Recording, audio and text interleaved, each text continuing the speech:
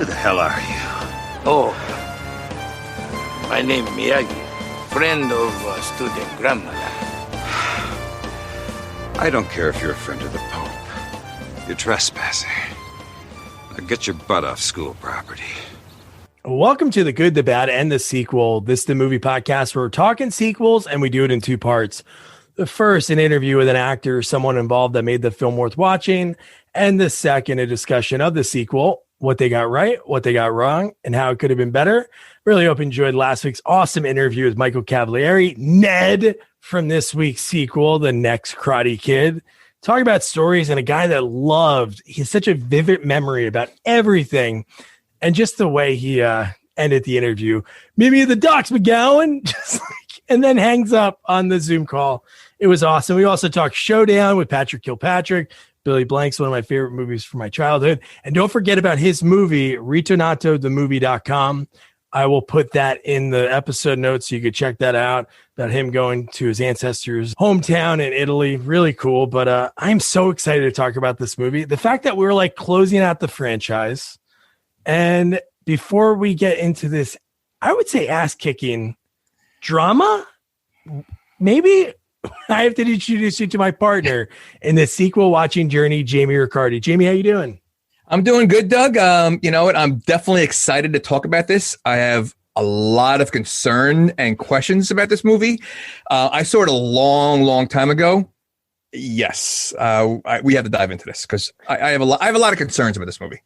Okay. And it's so cool that when we have the opportunity to do a movie, but at least this is better than Munchie. We have somebody that has to do all the movies in the franchise.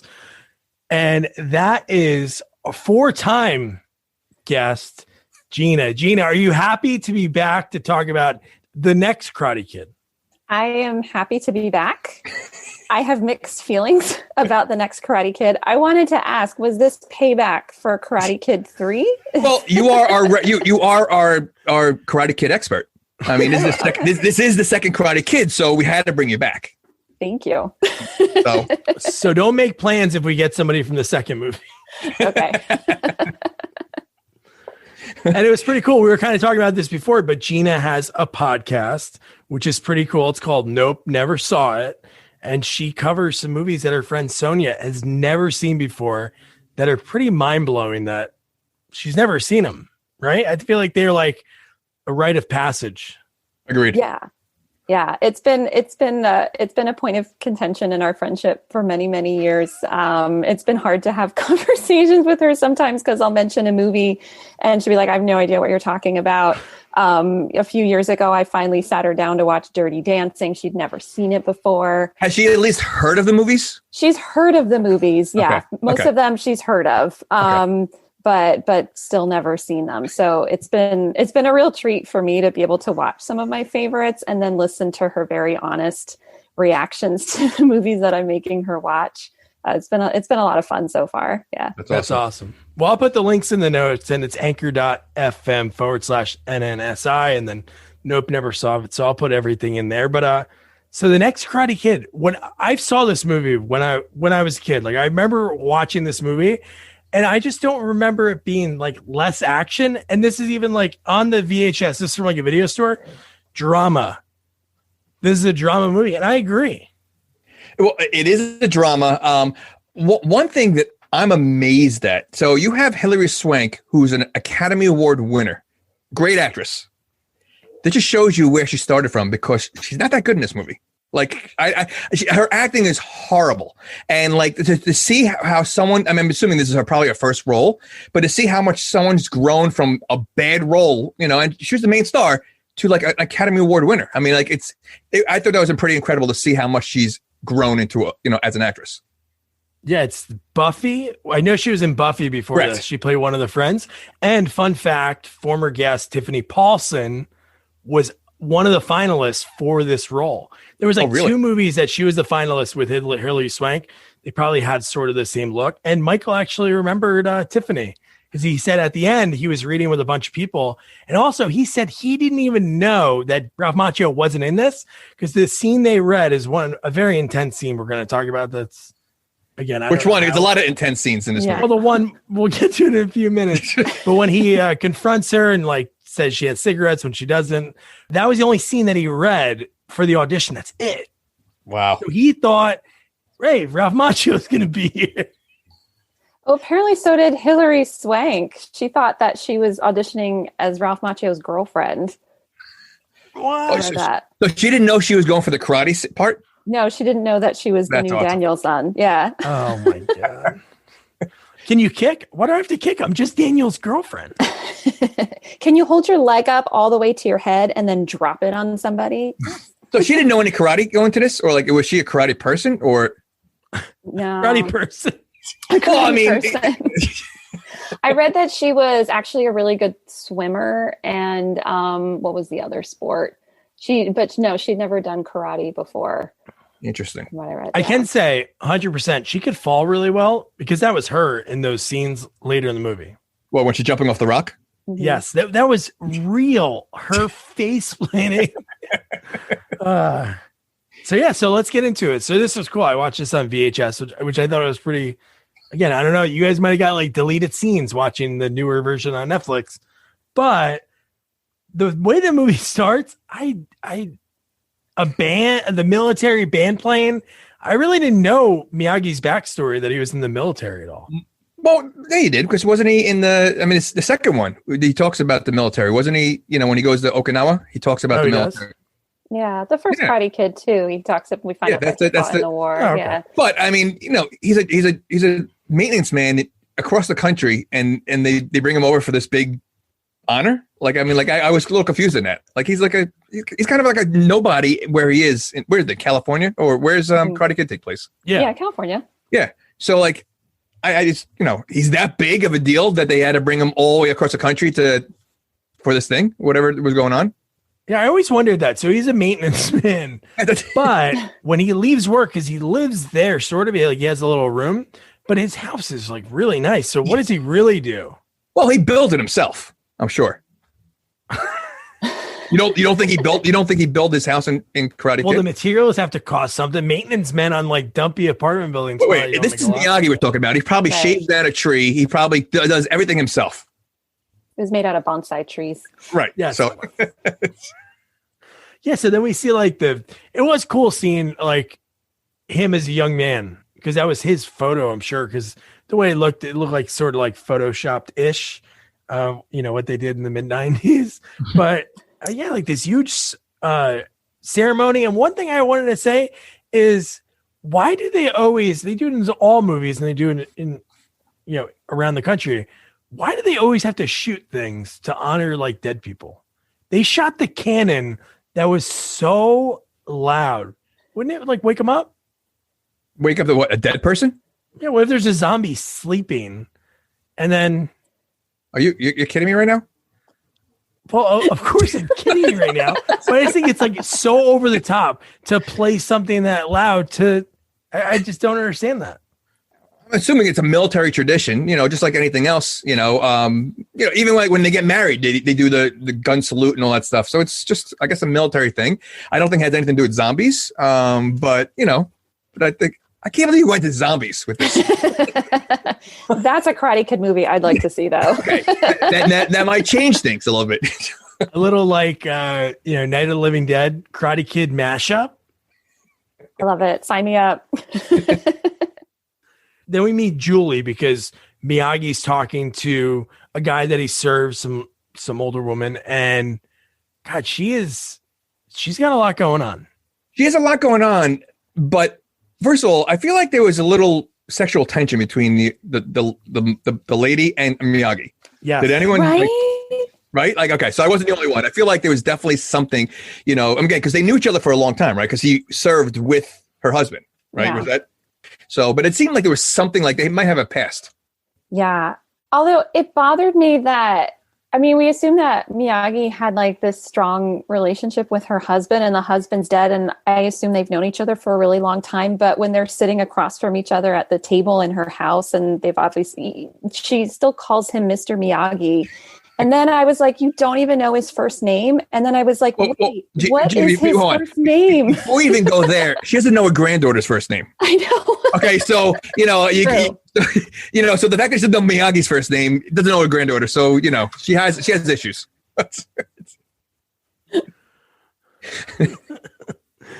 And then, so Julie, yes, she doesn't know. She calls her Sarah, like her dead mom's name. Again, they talked about that a little bit, but that was like, I don't know if that was necessary. And it's the way she did it, because she says, my parents died in this. And it was like she just totally gave us the whole history of what happened to her parents to her grandmother, who obviously knows her parents died also. It's a daughter, yeah. I mean, just the whirlwind of how she acted right off the bat was crazy. Yeah, the writers are probably like, how are we going to fit in this? This would be like a 10-minute scene. Just throw it in exposition. She'll blurt it out when she's stealing food, like raw meat. And at that point, I'm like, who's she stealing this for? Where is she going? Zombies. There you go. Eating the zombies. Yes. And attitude right off the bat. I mean, there's such an attitude. Like, they don't explain why. Like, she really, like, nasty. I mean, she's meeting Miyagi for the first time, and complete attitude. Total dick. She really was. She does throw a little. There is like in Karate Kid Part 3, there's always got to be the racist lines. And there's, oh my goodness, there's a lot in this movie. That I was a little uncomfortable with. Yeah, well, there was a lot, but in the other one, they were more like vulgar, I would say, like the ones that Terry Silver was shouting. Yeah, but she goes, you barely speak English. I mean that's pretty bad. I mean, I was surprised she said that. I mean, yeah, different time. It's like, I get she's angry. I understand why she's angry, because her parents died, and that's awful. But I just felt like she was so unlikable in the beginning, and pretty much through 98% of the film. I couldn't bring myself to like her. Did her parents die in a car accident? Yeah. Yeah. So then why is she so angry? I mean, I could understand you're upset, but like, why? It's almost like she's angry, like she's blaming everybody for her parent. Like, did they explain why? Like, what was it? So nothing. They just died in a car accident, so she's just angry at everybody. Yeah.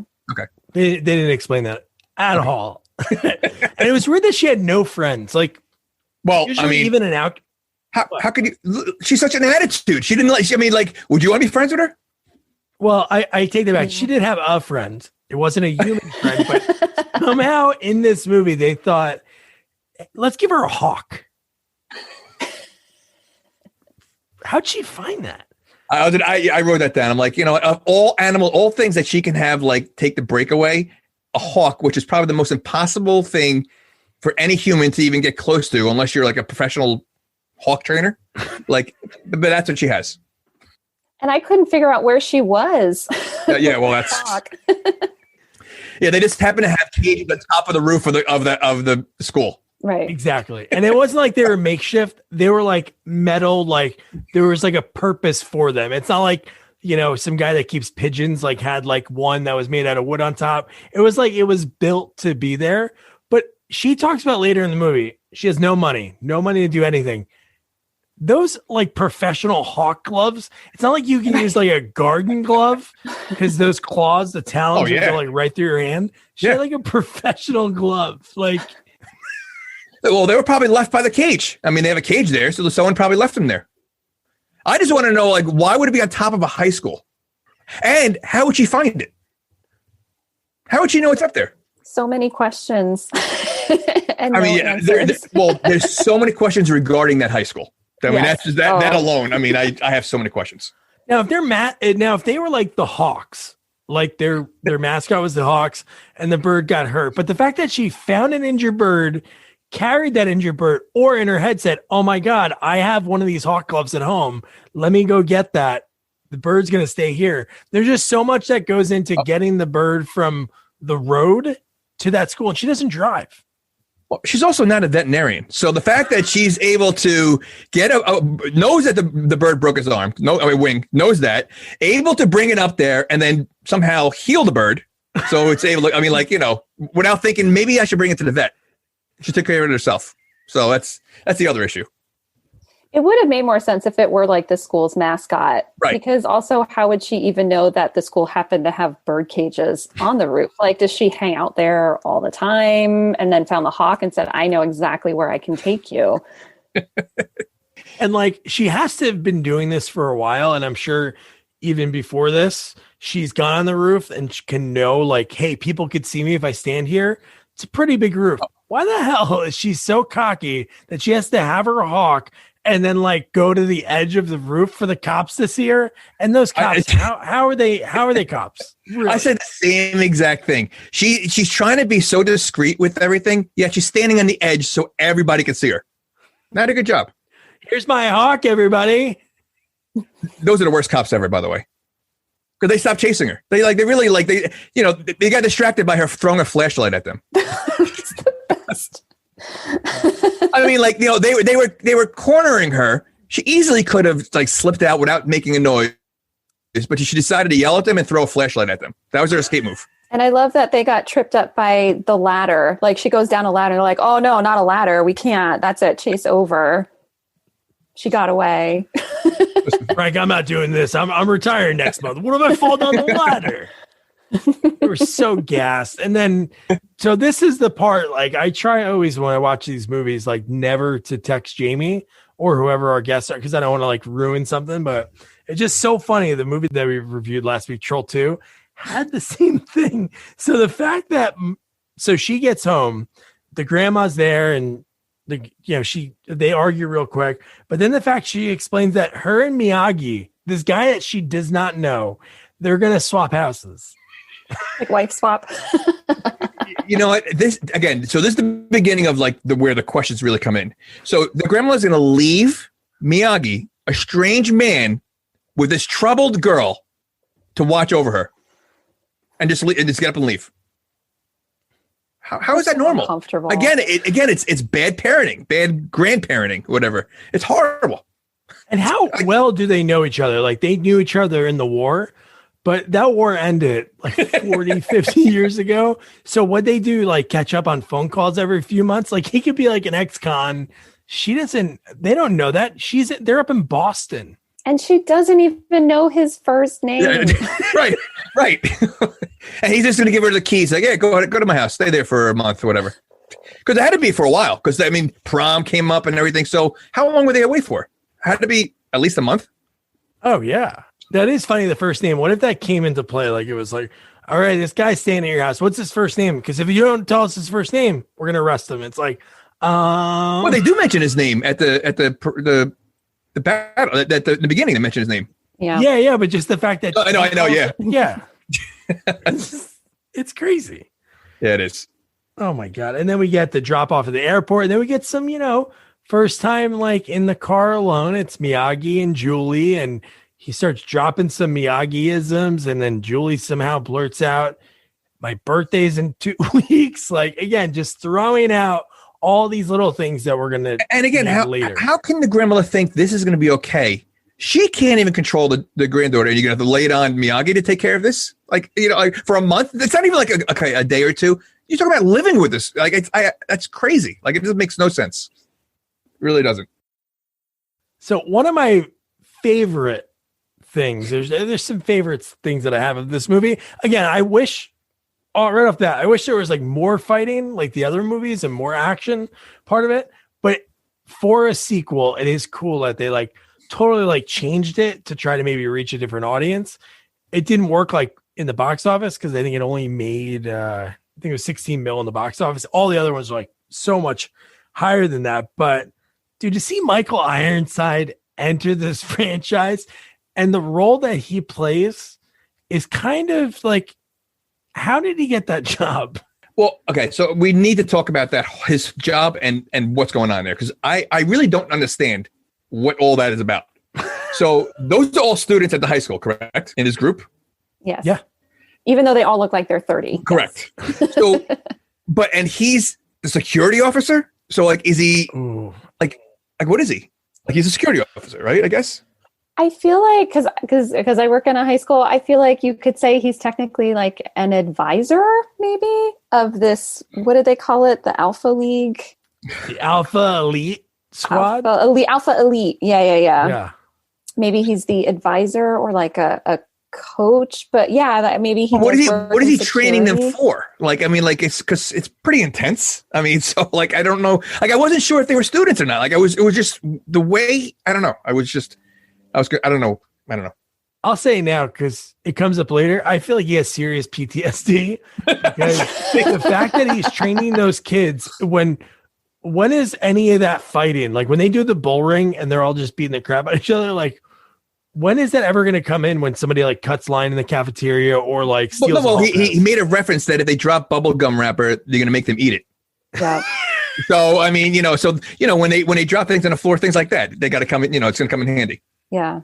I just wrote in my notes that whole scene was insanely illegal. Like there's no way that every fly scene he was in was illegal. I mean, he was so intense. Like he's beating up kids. Like another karate kid, just like your favorite bad guy in part 3.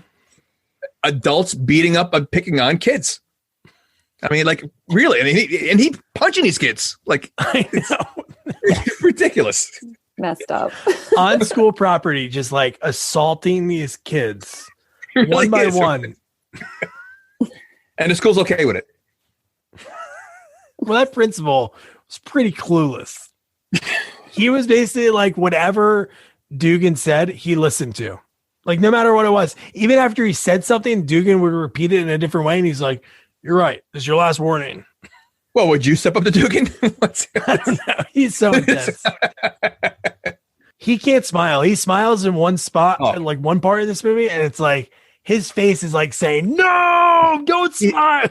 He's such a bad guy in everything. Like you just know. Like the first time you see him, he's standing in the hallway with such an angry face. Like you're like, the villain's right here. Yeah, and then we get the long shot that is like 15 seconds too long of showing them walk in the all black, like walking up, but it is cool, like this movie that you see like Walter Goggins, who was actually up for the role. Him and Michael were going for the role, and they were the last two, and he beat out.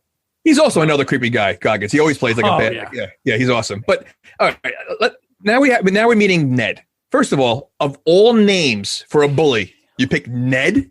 Like, I mean, if you're getting bullied by a Ned, I mean, I'm sorry if there's any Neds listening. But it's not really a tough name. We just lost him. You lost all your Neds. It is funny when you think of the name Ned in like cinema. I was trying to think of this before, and maybe you guys have like one that you think of, but think of this era. This is like 95.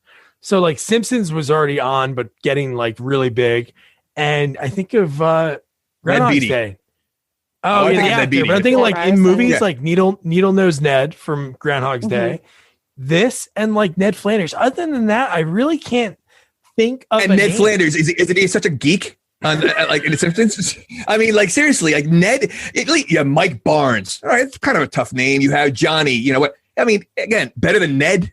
Like I don't know. I think Ned is kind of nerdy.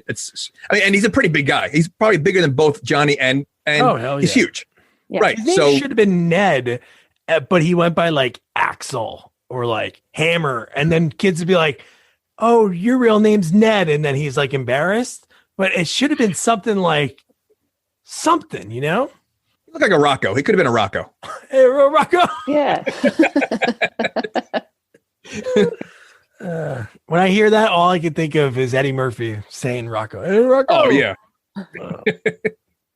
Yeah. So this is like the most intense start of a movie that you see Julie, who hates going to school. She's in this. What kind of room is that? Is that like the teacher's lounge, or is it a little like? It looked like it was in a corner of a classroom or something. Yeah, I know. Yeah, it almost looked like a greenhouse, right? Or something. Yeah. But then again, it goes along with. Okay, his name is Ned, and he's really like the bullying a girl. Like, I mean, like, is he really a good bully? Like he's picking on a girl the entire movie. How tough is he? And why? Yeah. And why? Right. Like, I mean, it just like, and why would they like, if they're going to make the next Karate Kid, wouldn't you think like they would have had like a female bully or something like that? I think that would have been a little bit better. Like to have a big guy bullying this small little girl was kind of like, I don't know, weird. It was uncomfortable.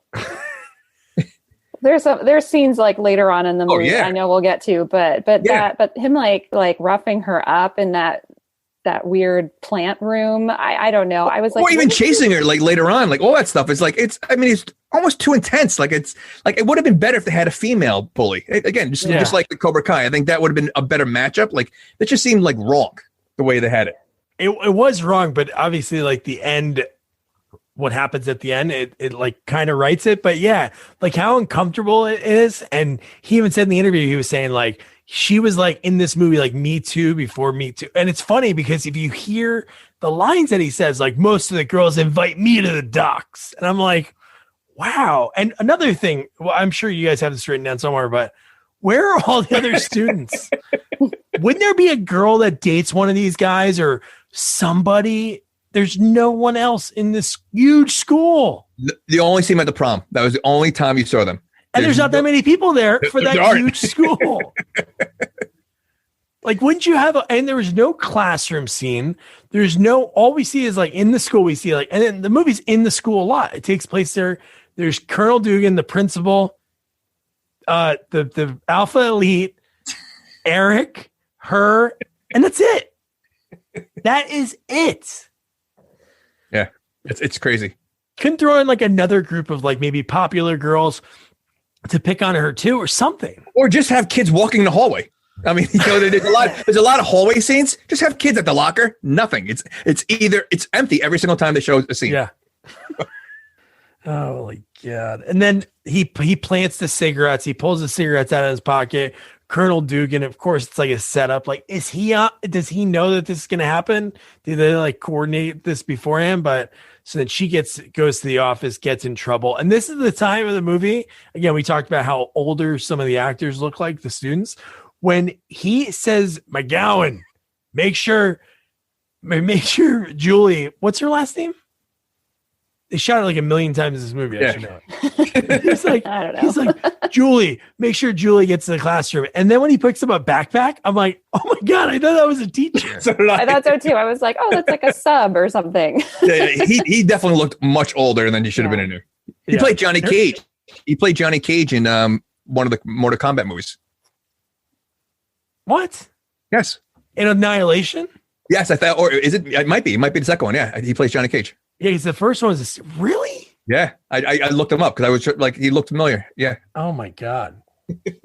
So his karate came in handy. He's pretty big for Johnny Cage. Yes. Johnny Cage's like a skinny Hollywood guy. Well, probably 10 years later. I mean, 15 years later. No, a couple of years later. That's it. Annihilation was 97 or 98. Huh. All right. But that's pretty crazy. Yeah, her last name's Pierce. I don't know. They said it a trillion times in this movie, so I should have like remembered that. But yeah, just this whole part, like, and then Ned sees Eric, and he's like, "Hey, you're supposed to be getting Pierce to get to the next class. You make sure she gets there. Is everything all right? No problems?" And then Eric's like, "Oh shit, let me check on this girl in the bathroom. She was in there for what, like 15 seconds?" And he walked right, and he walked right in. That again, it's so many wrong things. Like, I mean, ugh. Oh my God. Oh yeah, and he even says, "Don't forget, she's mine." So that's what Ned said. Maybe because there's no girls in the school, so they really do have to fight over it. This is like caveman days, and it's like there's only like a few women we got to fight over. Oh my God, man. Yeah, and then he catches her on the roof. So somehow he knows that she hopped. I guess that window leads to the roof. Maybe one day she was sneaking out of school. She going out. She's like, holy crap, I can keep birds in here. And then she even throws in the exposition the previous janitor loved pigeons. And all I could think about, like, there's only one person that I know that loves pigeons. Mike Tyson. So was this already out? Was that thing already out then in the mid-90s that he loved pigeons? I don't know. Who knows? Because that was like a childhood story of his, like growing up in New York. Like he had like pigeons on a roof or something. Yeah, but he also had tigers.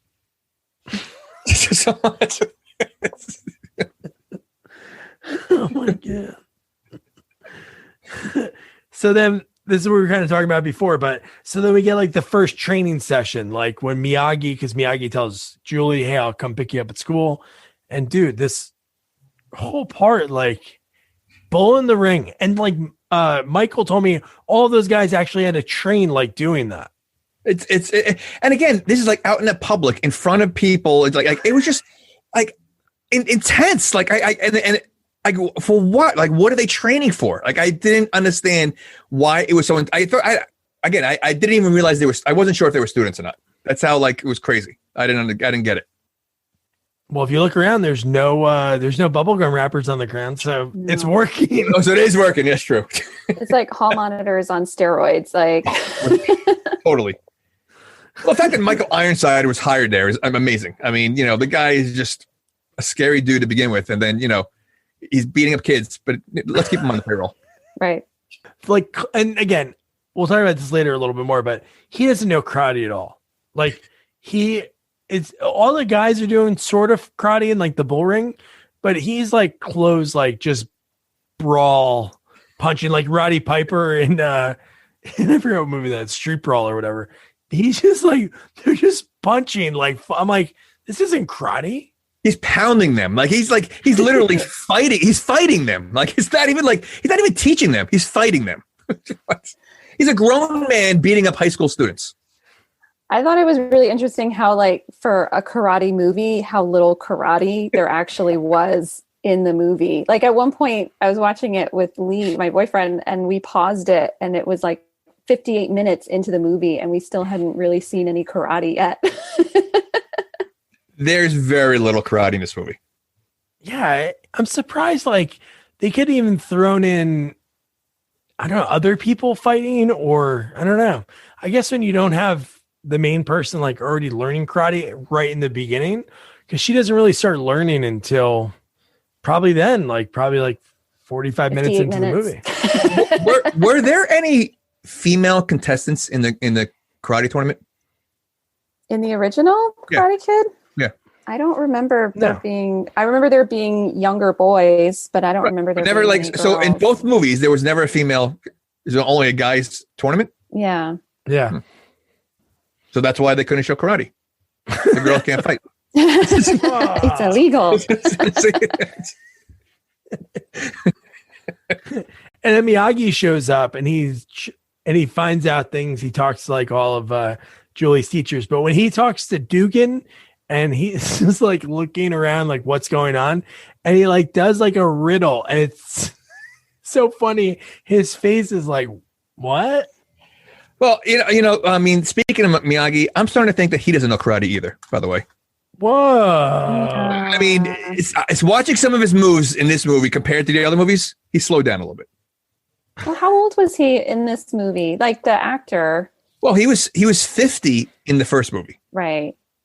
As the actor, because I know Ralph Macchio was just recently same age as Miyagi. Right. But I'm just saying, like when you watch, because he does a little bit more karate in this one, I think, compared to the other ones. I'm just saying it's not that good.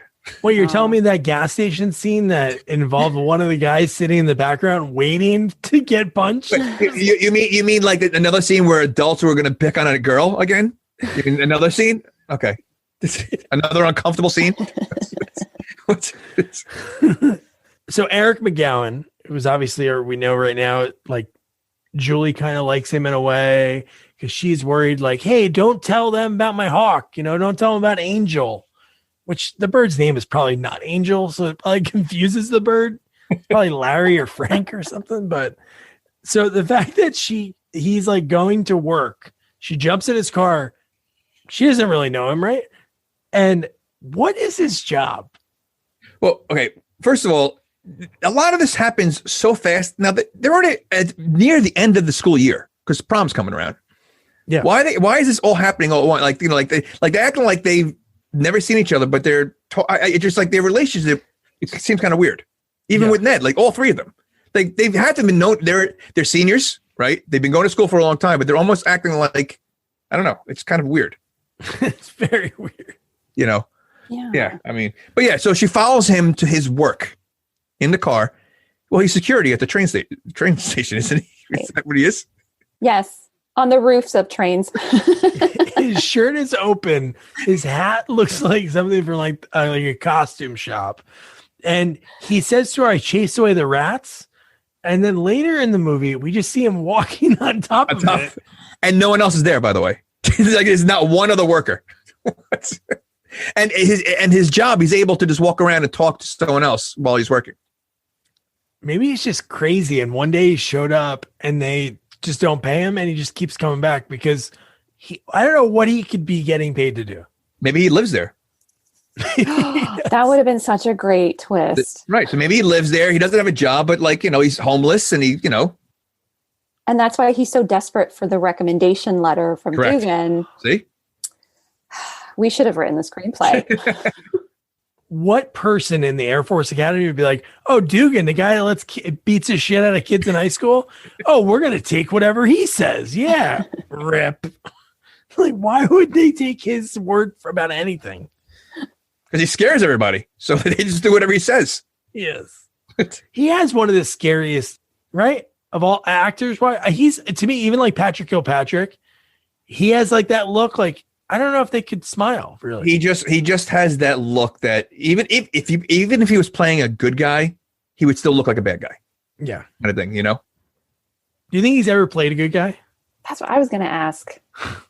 Wasn't he in Scanners? I saw that movie so long ago. Wasn't he I don't think he's a good guy. Scanners? No, he played, wasn't he in a Western? Wasn't he in he might have been, I think he played a good guy in some movie. I think he did. Maybe one. Maybe one. But one thing about this movie, again, obviously, it's not like what you go into when you're thinking about like a Karate Kid. You're thinking like, okay, we're going to get a fight 10 minutes, 30 minutes, 40 minutes. But giving this idea a shot, like greenlighting this was pretty ballsy. And obviously it didn't work like box office wise. But to have it's like The Odd Couple. Really, it's Miyagi, like an old Japanese man living with a high school girl.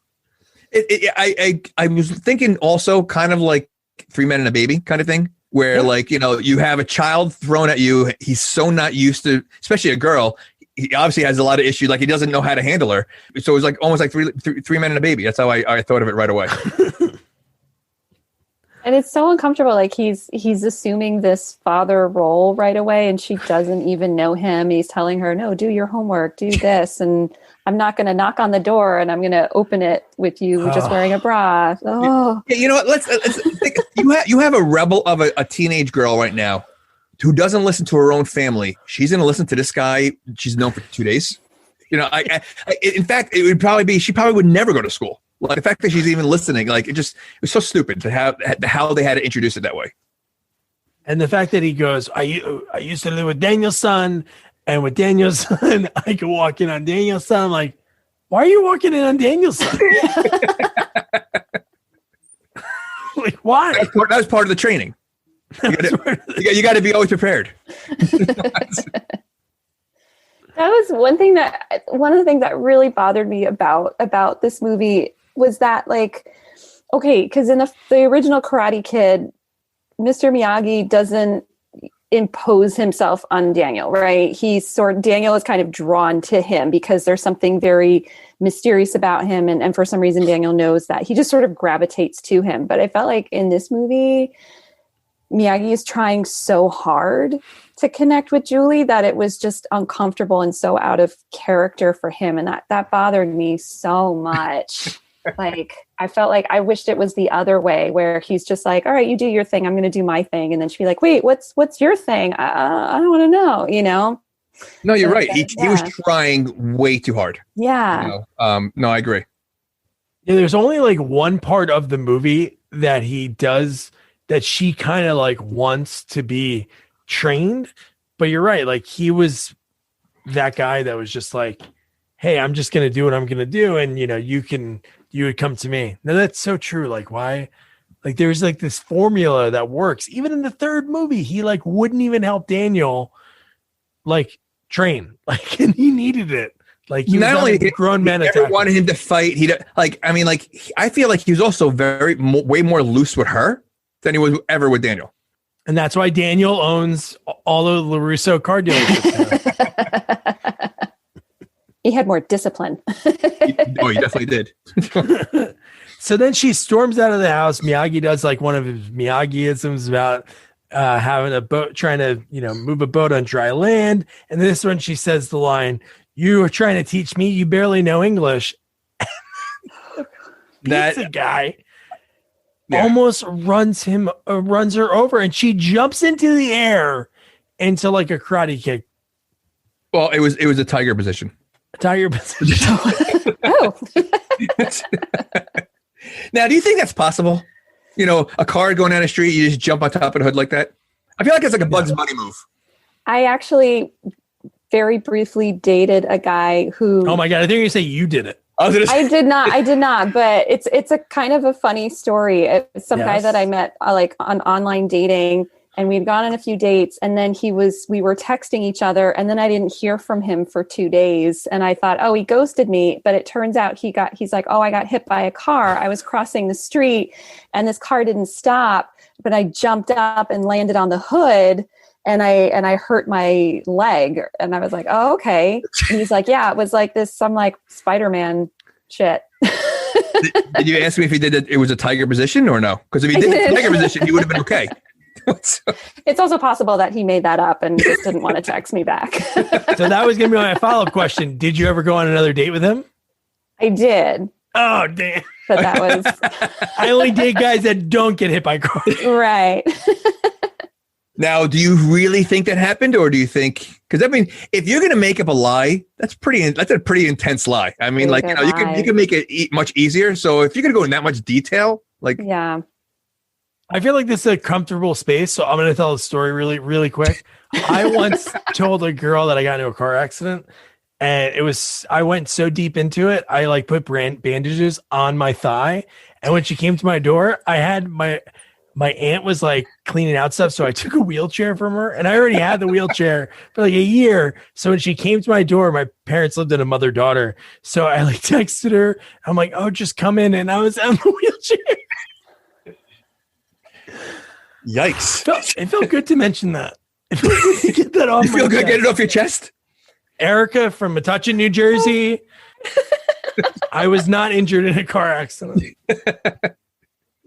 But This is one thing I wanted to ask, because you guys are a couple years older than me. So the whole pizza thing with the 30 minutes or less, like legit, like how many people died or got into injuries because of that being a rule? Hold on a second. What does us being a little older have anything to do with what you said? I mean, that, like, I don't see the correlation there. Like, you haven't been around that long that you had the pizza. I don't remember that being a thing that like my parents would be like, oh, dude, 32 minutes. I only know it as a trope in movies. Like, I don't remember ever that being a rule. No, I don't know which franchise has it. Like, is it a Domino's? Like, if it's not delivered in 30 minutes, you get a free pie or something like that? Or it might have been Domino's, I think. Yeah. But I just thought it was all of them, because they did that in didn't they do a joke like that in like Home Alone? They did it in Teenage Mutant Ninja Turtles. Like, hey man, 31 minutes, dude. Well, it's probably a take on Domino's. I think it was Domino's that would do it if they didn't deliver it in 30 minutes, and they probably just use that as a thing. But I mean, kind of offense to the age thing. I think you were around when Domino's was doing it. That's all I'm saying.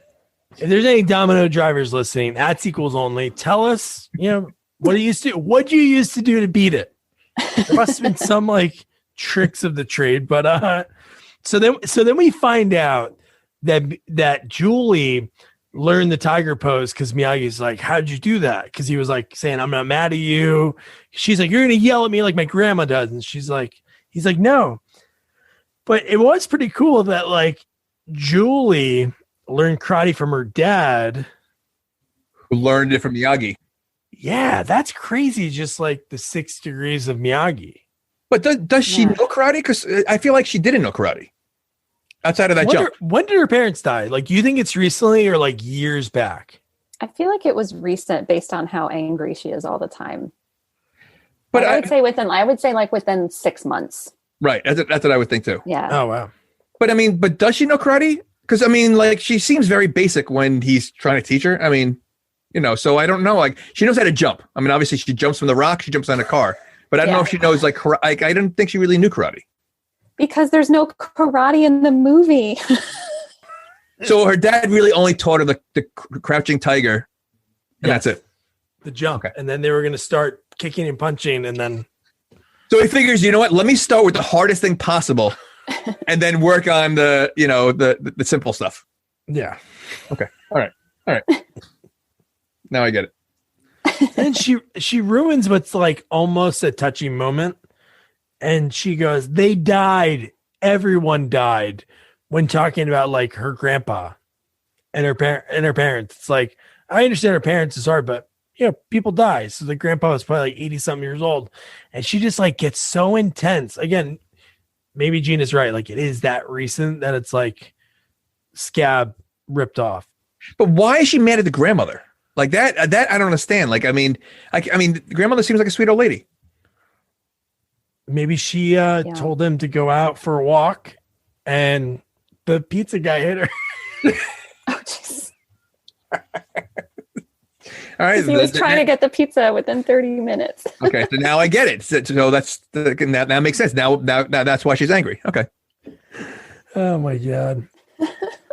Meanwhile, the pizza guy drove off right after that because he had to deliver the pizza. Yes, that's what I mean. It was like so intense. He's like, dude, I cannot be late. So then we get to the next morning, which again, is this their first morning? I guess this is their first like overnight. And the fact that is it the first? No, it can't be because didn't she go back to the Hawk later at night another time or no? You're going to tell me all this just happened in one day?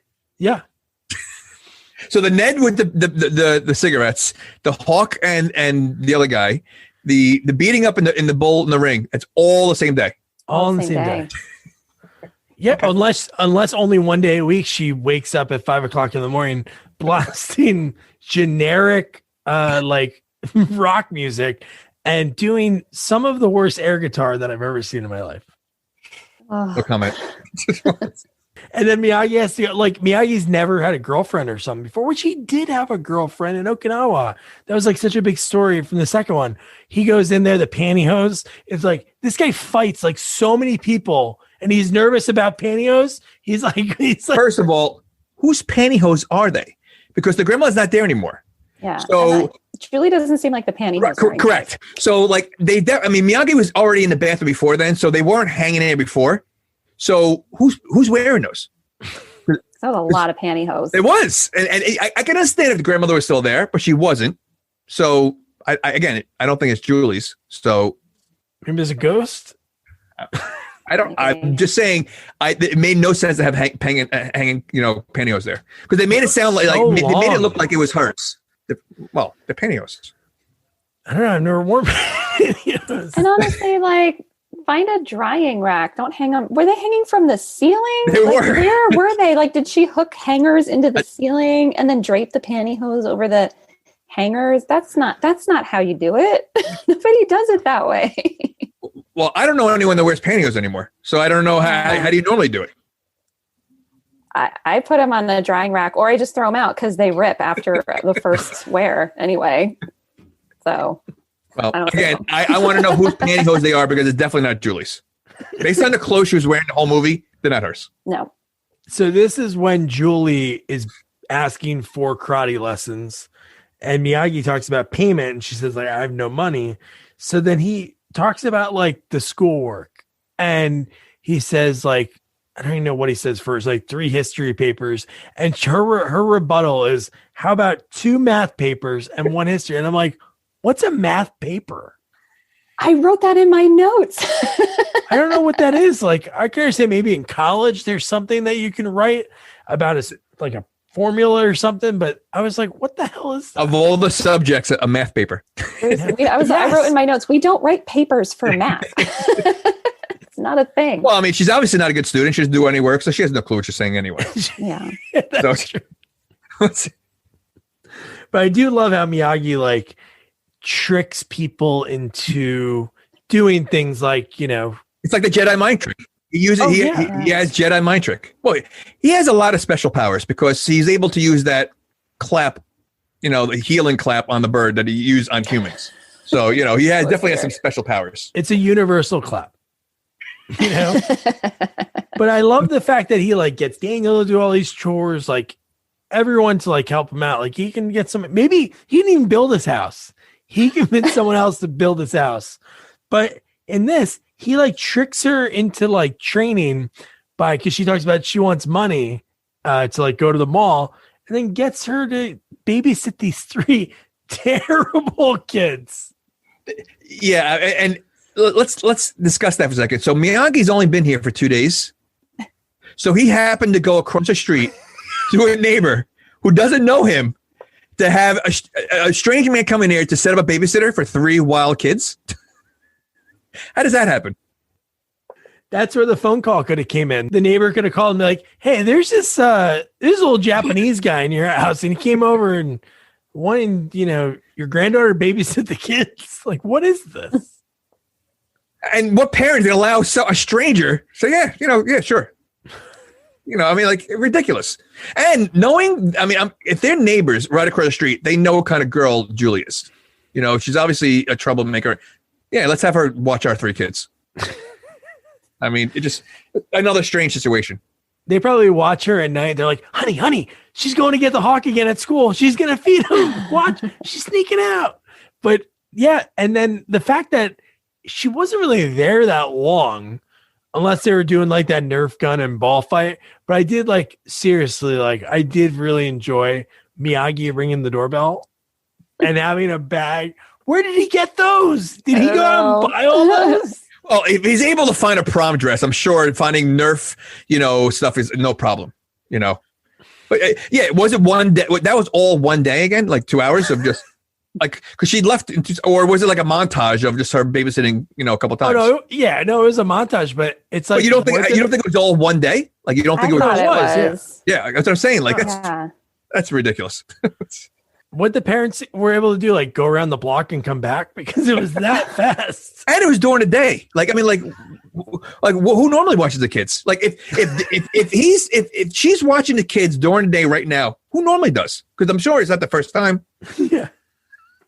And what was the purpose of the babysitting? Like, what was he trying to Jedi mind trick her into doing? Well, I think she came out a little bit more humble after that.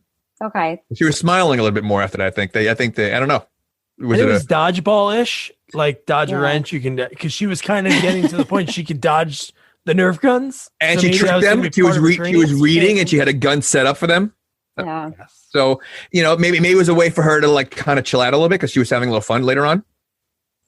I also feel like the screenplay writer really didn't know what to do with the Karate Kid being a girl. Like, I don't keep comparing it to the first one, but with Daniel, he had him do manual labor, and then with Julie, he has her babysit. That is so sexy. No, I get it. No, that is true. A little bit, right?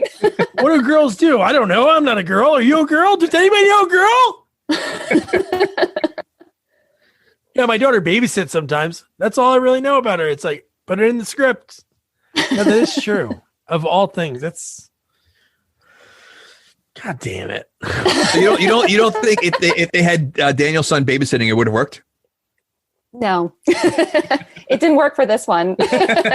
My personal opinion. So then Julie sneaks out. This is when she sneaks out to go see Angel the Hawk. And she set Miyagi up because she played the music before, and now this time Miyagi puts the earplugs in. And so that's why she did the first time and distracted Miyagi. Wait, so you're telling me she did? Wow, that's good. Right? Because, she did it the first time. Miyagi, you saw his face. He's like, I can't. So this time he just rolled over, grabs the cotton, and puts it in his ears. So I think she set him up like now he's not going to know that she's sneaking out. So she Miyagi. She Miyagi. Wow. That's good. That's all right. Respect. So the Alpha Elite, again, this is 2 nights after she threw the flashlight at the cops and everything. So they just, did their parents not care about them? But also they patrol a high school at night. Yeah. So do they never go home? I almost feel like they knew that she was going to be there. Like they were on the lookout for her because she's such a troublemaker trying to save an injured hawk. So, again, this scene was a little uncomfortable. Yes. Maybe the timing, the period of what, when it came out and everything, but it's just way too intense for a group of bully guys for one girl. You know, I mean, chasing him in a dark hallway in a school, 5 guys and 1 girl. That's a little crazy. Like, it just, I don't know. It was weird. We're talking about when she's cowering in fear in a classroom because she takes the wrong door, and he throws a chair and he says, "Let's try to be friends, Julie." And then just tosses chairs everywhere. I'm like, holy shit. Yeah. I mean, it's crazy. Was that during the Jurassic Park riff-off where she's hiding in the kitchen thing? Okay. True. Oh my God. You know what? I didn't even think about that. That's like, he's a velociraptor. He's a velociraptor. And then again, these Alpha Elite Squad members, they're supposed to be trained. They do the bullfighting. And the fact that they're just sitting around like chit-chatting because she gets away from Ned, opens the door and knocks one over and is able to run away. We didn't say they're good at their job, you know. But yeah, I mean, I just don't. I don't know. I really don't understand it. Again, why are they there at night in full uniform? Here's the most hard to understand thing in the whole movie. The alarm goes off. Like, I think the alarm went off like when she got there, or we saw it, or maybe that's from the first time she's in the school. But when she tripped it, right? Yeah.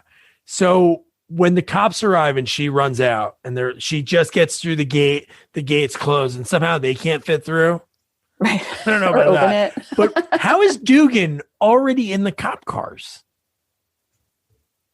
Why is he in the cop cars? Exactly. But yeah, exactly. But it was like a few minutes. Is he hanging at the police station? Is he on that road? Is he a cop? Like, I mean, oh yeah, maybe. I was thinking all those cops in the town, because we don't know how long he's worked there. They're all former like Alpha Elite, and it seems like he can manipulate the cops, because later in the movie he said something that's like mind blowing, but everybody believes that he could say it, and everybody thinks it's going to be true. Again, it's Dugan, so I think Dugan can do whatever he wants and say what he wants, and everybody just listens because they're afraid of him. So, you know, he's not a cop, but he's like, listen, I'm going with you guys. You know, you have nothing to say about it, and he goes. I want to know how did Julie get into how did she get into the school? Don't the schools lock at night? Don't they? I mean, like I don't know. It's so stupid.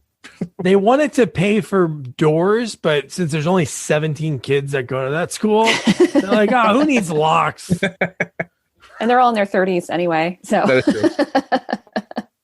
They don't even go to class. And there was another flashlight casualty. Yes, it was. Yes. Well, that's her weapon. That's her weapon of choice. Like, that's her. Mm-hmm. She did it twice. The same exact thing. She likes to throw it. Yeah. Where's she getting them from? Because after she threw the other one, she somehow had the same exact big flashlight again. I don't know. Her grandpa was a flashlight collector. She's just like going through that collection. But then this is like, I don't know. This is my favorite part of the movie. Like, this next part was, so Miyagi says like, we're going to go, I'm going to take you to a special place. And again, she barely knows Eric, really. Like, it seems like they never met before. Now it's like 2 days later. And she's like, well, I have to say goodbye to him because I have to make sure, you know, he takes care of my hawk. And she's kind of like flirting with him again while he's walking on top of a train. That's him. And I thought he was going to fall because she's like, you better pay attention. Yeah, that was her really saying that line. I was waiting for that too. Oh my God. And he had I wrote this down. He had a camera without a lens in it. If you like look around his neck, he had like an old silver camera and there's no like camera lens. It was like, he was wearing a camera while I was working. He had a camera around his neck, shirt open. The buttons were just, I don't know, for decoration. I'm telling you, he lives there. That's his home. Doesn't he also make some comment when they climb up to the top of the train? Maybe this was the first time they went there, and he said, "From up here, it's a view from the top of the world," and we're like from like 10.5 feet up the top of the world. Your world's very sad. Very sad. And then one thing that is cool about these movies, like when you get into the later ones, sometimes they like, you know, they get cheap on, you know, the music or special effects. Like we've seen it in a bunch of sequels. They're like, hey, you know what? Let's do something different for Splinter. And then Splinter looks like a hand puppet that, you know, like my daughter has in the third Turtles. But in this, they still have Bill Conti, who's like a legend, you know, Rocky. And it's cool when you suddenly hear that Karate Kid music, like when they're driving out to to the monastery. There's a monastery in this movie. Which, it's funny because I could have sworn Daniel's son asked Miyagi, where did he learn his karate? And didn't he say something like Buddhist monks? Like, did you learn from Buddhist monks? And Miyagi's like, no, I didn't lie to Daniel because he did learn right from the monks, right? I thought he learned from his father. That's what I thought, but the monks had something to do with it, I think. He must have known him. I don't know how he knew monks in Boston because he knew them. They had like a good relationship. Maybe he used to live in Boston. Are there monks in Boston? I was thinking that. I'm like, why are there monks in Boston? Not even monks in Boston, but like a whole like sanctuary like that. I mean, like of all places, I think Boston would probably be the last place I would think they would have a bunch of. They're gonna freeze their asses off. There was like no, it was all stone. There was no, yeah. Did we get to the hawk part yet? I don't know. This is after the hawk. The hawk. It's way after. Okay. Yeah. I have a question about that. Okay. I do too. But no, before they go there, this is when they go to the gas station. Correct. In the middle of Massachusetts, somewhere in New Hampshire, Vermont, and another creepy scene. Yeah, the dog starts growling, and these guys are like, again, is this really? Are there people like that in Massachusetts that look that rednecky? I mean, maybe on the way, maybe they're not there yet. It could be, a town, upstate New York, whatever. I mean, whatever. I could see that, but just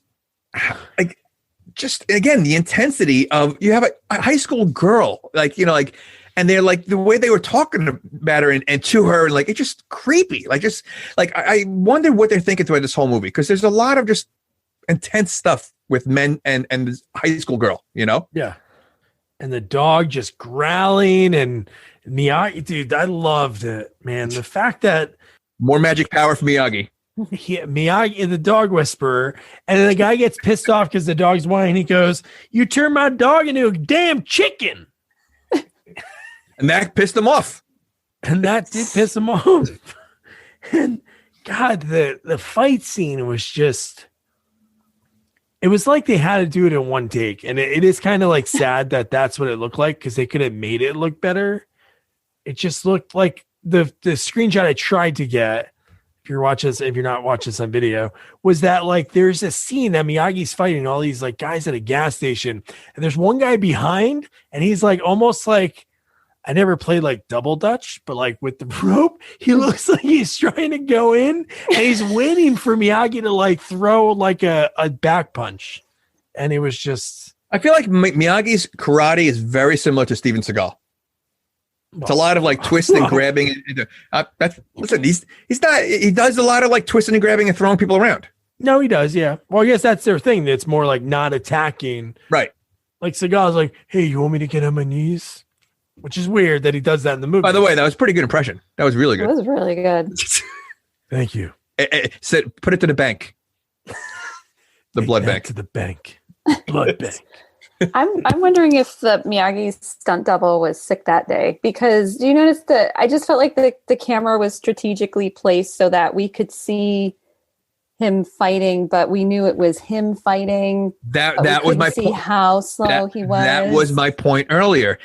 I feel like they showed a lot more Miyagi doing it, which made it like he was very slow moving. Like it wasn't like. And that's what I meant. Throughout the whole movie, it kind of took away. Like in the first, you watched the first one, even though it was a couple of years before that. They had the angles you couldn't really see, so he was moving.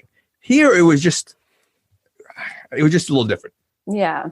Even in the third one. When he has that fight scene against Terry Silver, Karate's Bad Boy, and Martin Kove, like in the Cobra Kai dojo, that it's not him because you don't see his face. And that's actually like Sean Kanan's like karate instructor when he was growing up in Pennsylvania. And like, why didn't they use that guy? Yeah. It's made no sense. It just looked, and the camera was like, he was in center frame the whole time. And you're just like, this is Miyagi. This is what he's doing. Yeah. And the other guy is so scared. He's just like, oh no, everything's fine. And he like runs away. I'm like, why? Just run around. Like run. Well, again, it's another, it happens in every single movie. So you have an old man here and you have four guys. Why are they all doing one at a time? And you're at a gas station. Tell me they can't pick up like a crowbar or something and just hit them. I'm not condoning violence. I'm just saying, I mean, if these guys wanted any kind of chance against this guy who's kicking everybody's butt, they could have done something a little better. Well, they tried to use a crowbar, but the guy somehow swung at the same time that Miyagi slowly pushed his buddy in the way and it hit him in the head. It was just, you know what? You're right. I forgot about that. Okay. So one thing I have to say, obviously, like the role that was written, like you can only do so much with the role that you have. Like I will put this on my tombstone. Hilary Swank, it wasn't like great, but for what the role was, like she did I don't know if anybody else could have like had better teenage angst. I just think the character that was written and the lines that were written, I just don't think they were good. It wasn't like a well-rounded character. Yeah, but you know what? You see this character in a lot of movies in the 90s. You saw, an Under Siege 2, his niece. You see it in Last Boy Scout, his daughter. Like, like in every movie, it was always like a bratty young daughter, in all those like 90s. And, so I think, I mean, I don't think her acting was that great in this movie. I really don't. I think it was just so forced to be angry the way she was that it didn't come across natural. And I also think that Pat Morita wasn't great in this movie either, but he's phenomenal in The Karate Kid in the original. Yeah. So I agree. I think they weren't given a lot to work with. I feel like they probably did the best they could with what they had. Right. And who was who was directing it. Well, I would question if Pat Morita really wanted to do this role. I mean, you're taking a great franchise, a great story, all three of them did well. And then to do something like this out of the element, I wonder if he was just like, all right, listen, it's a paycheck, fine, I'll do it. But like, it kind of ruined the franchise a little bit. It's not same. It doesn't have the same feel to it. So I wonder if he was just not really into it as much. Well, Jamie, thank you for the perfect setup. So before Pat's passing in 2005, he conceived a potential fifth Karate Kid film, which have had a dying Mr. Miyagi training Johnny Lawrence, who now works as a doctor, into his peaceful karate arts so Johnny can find balance on his life before Miyagi passes away and gets sent to Okinawa so he can be buried there. I would have loved that. That was like a movie that was really going to come out. That was an idea that he had, Pat Morita. But see, you know what though? I could see that better than this movie. Like if they did that instead of this, I think it would have been better. I could see that. Again, it would have been a drama again, trying to turn Johnny's life around or whatever. I think that could have worked. It's just this whole thing just didn't. I don't know. We'll get to the end. Well, I do like Michael Ironside. It seemed like, again, when it comes to movies, like I love all movies. Like I find something from them. But like the lines, again, I know they're uncomfortable and they're like over the top, but like some of these lines that later in the movie that Ned says and Michael Ironside, it's well, it is honestly, I think what happens is you have the label of Karate Kid. So if you made this a different kind of movie, a different title, then it changes the whole dynamic in the movie. Now you have the bullies and all that, but I think because you're under the umbrella of Karate Kid, that's where the problem is. This movie was actually started as a different name. I had it written down somewhere, but there was like two names that they had it as. But yeah, so this is what we were kind of talking about earlier when she's on the big rock and like the rock garden when they get to the monastery. And he says, that big rock, Japan, little one, Okinawa. And he like makes her go up there. And just because she did this one tiger pose into the, the front of the windshield of a pizza delivery car, he's like, go practice. And I would love to know, because it didn't cut. The camera didn't cut. She looks like she was the one that fell and ate it. And she was close to that rock. She did. Yeah. But why was it so difficult to her to do a kick in the air? Like, I mean, like it was just a kick that she's normally done before. But then she has to land on the other rock. Yeah. Oh, she was supposed to land on the other rock? Yeah. Yeah. Oh, all right. Yeah. I thought she was just supposed to just jump in the air and do the kicking, because she wasn't doing the kick in the beginning either. She just kept like almost like she was like just falling off. Like it wasn't like the kick. She couldn't even get the kick down. So let alone land on the other rock. So he wanted her to jump from one rock to another rock without ever trying. Yeah. Not thinking that she could fall and crack her head open or anything. Or right. Okay. And also, how is that useful? I really thought that we would see something towards the end where she actually has to jump from one place to another and kick somebody and then land. But then that never happens, right? He never teaches her a signature move. Like in all three Karate Kids, there's the paddle thing. He teaches her a signature move. What was the signature move? Oh, okay. Well, no, we'll get into it. No, we'll talk to it. It gets to it in a little bit because it's funny. Yeah, it's another animal. Well, okay. Yeah. All right. I must have missed it. Yeah. So then we get which they go back to when she's like training in the barn. And I love the monks in this movie. Oh my God. Are they the same ones from Ace Ventura? Well, the main guy is I don't know about the other monks, but the smaller guy. Because they look exactly the same. He's great in this movie. I think he's so funny. There's so many great lines he has. But yeah, the training in the barn that they do every so often, the monk hits her with the bag and is smiling. Seeing this, they're just beating up this girl. Really, they're just dropping these bags. They've probably never seen a girl. Well, they know how to go out. They do go out, which is I never understood that. I didn't think they could do that. We'll get to their going out later on too. So then the big part of the movie for like the monks, they appreciate life when they're all eating and the cockroach again. If I saw a cockroach on the table, I'd be pretty, which I understand their cockroaches are probably pretty clean. Cockroaches just wouldn't come in out of nowhere, but she goes to kill it with a shoe and the guy saves it and then everybody leaves her. Well, you can make up for it just by finding another insect and then everything's okay. Right? So it's okay. But she says a line that makes no sense. She seems like her parents had money. Her grandma's well off. That's like a really nice house. She goes, who's never killed a cockroach before? And I'm like, when have you ever seen a cockroach? Where's she hanging out? Maybe on the roof? Well, I mean, she's hanging out in a bird's cage. I'm sure there's a lot of crap up there. So Eric probably lives with cockroaches on the train car. Also, was that a cockroach? It didn't look anything like a cockroach I've ever seen before. Yeah, that thing was huge. It looked like a beetle, like a black beetle. But I looked it up because I was like, that's not a cockroach. And I looked up cockroaches and looked up all the different types of cockroaches. And I couldn't find one that looked like that cockroach in the movie. Maybe it was a Japanese beetle. I think maybe it was. I don't know why they called it a cockroach. The cockroach called it the bug guy that came that day. He brought the wrong cage. And maybe most people watching the movie won't notice. Yeah, they won't know. I mean, who's going to look up a bunch of cockroach pictures? Me. Oh, that's great, man. And then I was trying to think. He talks about he doesn't kill any animals, Miyagi, but doesn't he catch a fly with a chopstick? Well, he didn't kill it. He just caught it and then let it go. Yeah. No, I was thinking about that. I didn't know if he killed it or not because I remember that was like in the NES game on Nintendo. You had to catch I didn't know if you killed it or not. You don't remember Danielson did it in the first try? Yes. And then Miyagi got mad and he walked away. Yeah.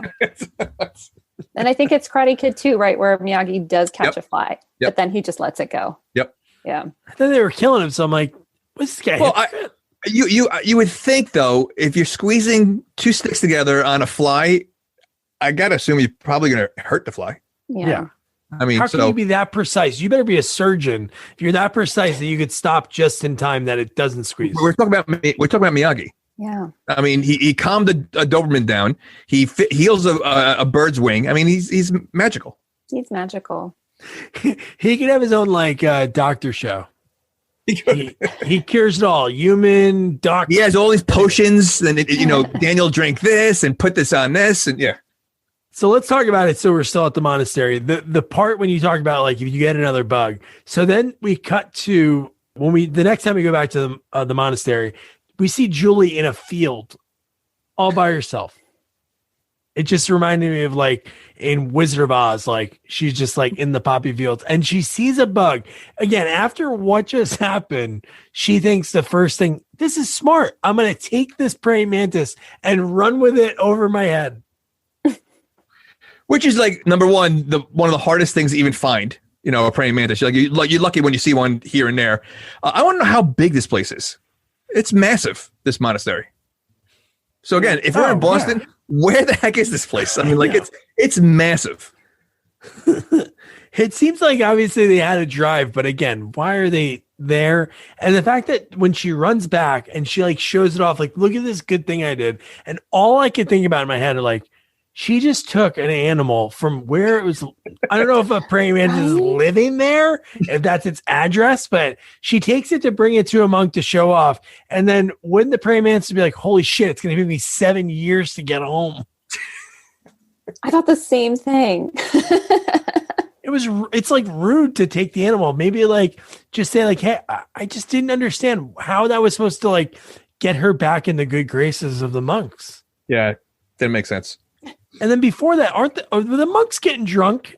Can monks get drunk when they're like playing cards? The monks could do whatever. They could bowl. They could get drunk. They could, why not? Ooh. Yeah, that was weird. No, in Ace Ventura, didn't they all get drunk and start running around naked? When he was leaving, yeah. Yes. So, I mean, they obviously party behind closed doors. So were they not allowed to speak in front of her? Because when she walked in the room, when they were like drinking with Miyagi, when she was looking for Miyagi, everybody was super quiet. Yeah. Did they talk in front of her at all in the movie? No, right? Later, I think when, later. But no, that was pretty. I don't know. Do they? I wonder. They definitely talked to Eric. But so then we get Colonel Dugan. Oh my God. So the fact that Colonel Dugan has like all these kids in like the formation at the school and just going through all this like super like intense crap. And Eric gets a phone call and it's supposedly from his mom. And he basically says like, hey, if you're, what was that? First of all, he should be so pissed because he threw away what he thought was his chance to get the recommendation and basically all the hard work that he's been dealing and all the crap that he's been dealing with Dugan. Yeah. Threw it away and it was only Julie on the phone. Yeah. It wasn't even his mom. Hey, talk. How pissed would you be? What? Yeah, that would have been my first reaction. Be like, okay, like again, blessing in disguise. Why would you hang out with this guy that punches you in the face? But what if like he really did believe? Wouldn't he be like, hey, Julie, what the hell? Like, yeah, right. And think about it. So he's probably been in that group for a while. I mean, it's not. So he put up was put through a lot of crap just being in that group, and you just threw it away just because Julie called to see what's going on. Like, exactly. I would be furious. But he seems like a pushover. I mean, Yeah. So. Well, he just needs like a warm bed, and he would do anything for anybody because he lives on a train car. With cockroaches. And then the fact that he goes, it's either the Air Force Academy or you'll be flipping burgers. So those are the two extremes when it comes to Dugan. So, God, that guy's just insane. The fact that he does that. And so I do love the training scene when they put the blindfold on her. And then is that the move? Is the blindfold the move you're talking about? No. The blindfold is just her blocking the one. And she's like, I did it. The guy drops the next one and hits her down. But how about the dance scene in the barn? Oh God. Oh. With the cranberry song? Is that what you're talking about? Yes. It was filler. God. It was filler. That was terrible. It was the lamest choreographed dance number. Her really was, or the monks? I think the monks were better dancers than she was. Oh no, like they danced fine, but it was so uncomfortable. It was just so out of place. Like it wasn't like it just didn't. Again, doesn't like? Can you see Danielson doing that? No. Well, no, we saw Danielson dance. We've seen him dance though. Boy, we did. In the third movie. Yes, there was dancing. There was dancing Danielson. Dancing, getting in his Hawaiian shirt. Yeah. I forgot about that. Robin Lively was just a friend in that whole movie. But, yeah. So the praying mantis was like a symbol because after this part, the next day they go onto the rock and he goes, make sure you kneel before you attack like praying mantis. And then that's when she jumps and then lands it.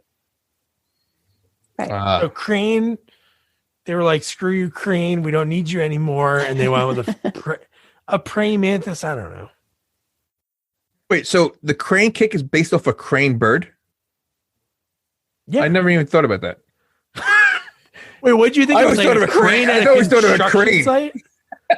Yes. Like, really? Off a construction site? You thought it was like... Yeah, I was thinking of a crane, like a machine.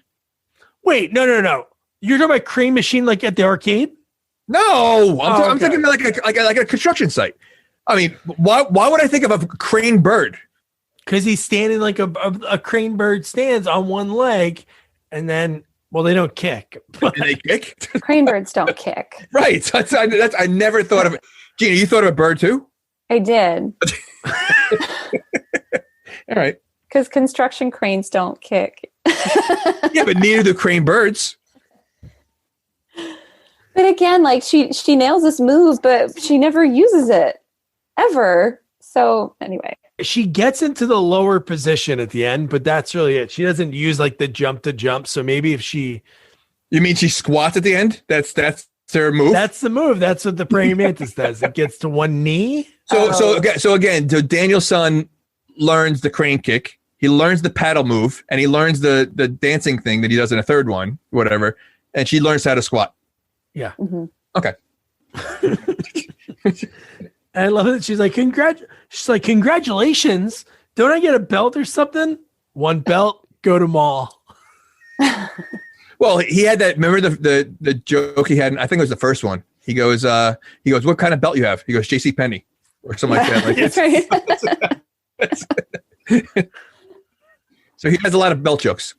Yes. His whole... So then we get like a training montage, which, yeah, and the music was cool because it was like the Bill Conti, like, you know, typical Karate Kid music. And then the very end when she's like, he's like using catcher gloves, like a baseball glove. She's punching it. And then she makes like this bag explode. I don't know what was in there, like flour or something, but it was just like, I thought it was cocaine. wait, the monks are cocaine dealers? Well, maybe they could be, sure. really. Listen, again, they were not. But how long is she at this monastery for? Feels like months, but It's like months. It's probably like 3 days.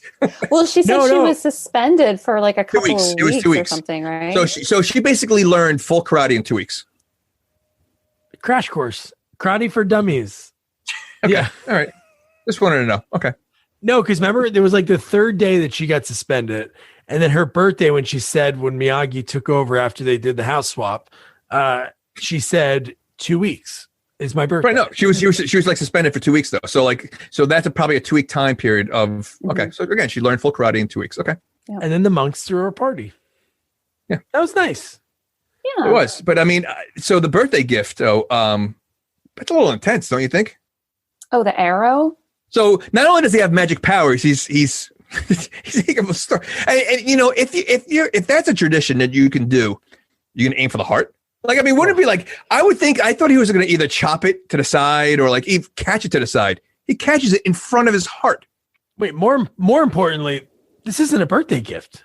Who is this a gift for? Yeah. Like traumatizing someone? It's like, hey, son, I got your birthday gift. Let me go. I'm going to go get in this Camaro right now and drive away. Enjoy. And she had tremendous fear watching this. Like, she looked so scared. Yeah. You know, so yeah, you're right. I mean, how is that a gift? And then when they leave, she literally is like, "Thanks for the arrow." Thanks for the arrow that almost killed my friend. Thanks for the arrow. And she learned so much in that car ride. There was probably like hundreds of Miyagi-isms. She uses one on the principal and he gets back. And this principal is so fine with, you know, God, she broke into the school and just everything that she's done, really. And he's just like, oh, that's good, you know? She was 2 weeks is serious. It was. And then, she came back a completely different person. She was smiling. She was, you know, happy. You could see that she had a little aura around her. Yeah. She was a different person. The monks helped her. She's a Miyagi now. Yeah. She's a Miyagi. So then we get to the roof. And again, this is like, I wrote, they only shot in the cafeteria, the roof, and the hallways.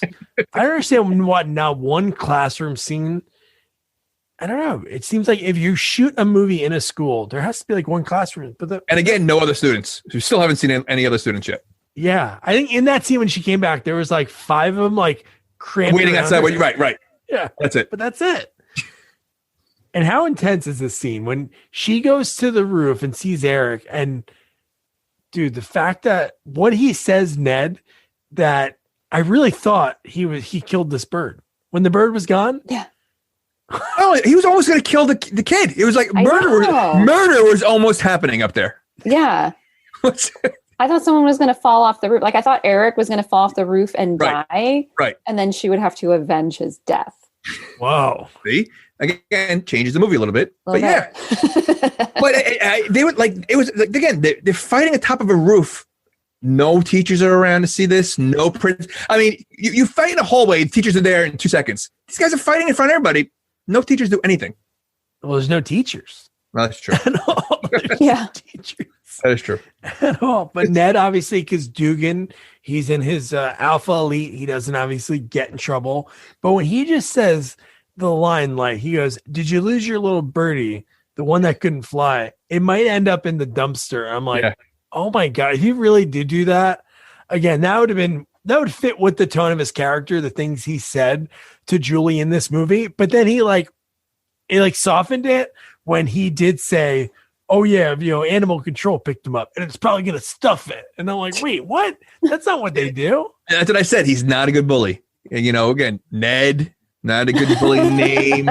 He's picking on girls. He doesn't pick on any guys. Like, again, he's not a good bully. Rocco would have killed that bird. Rocco, 100%. Rocco would have ripped him in half. Good old Rocco. And then you think it's going to be like difficult for her to get the bird back? No.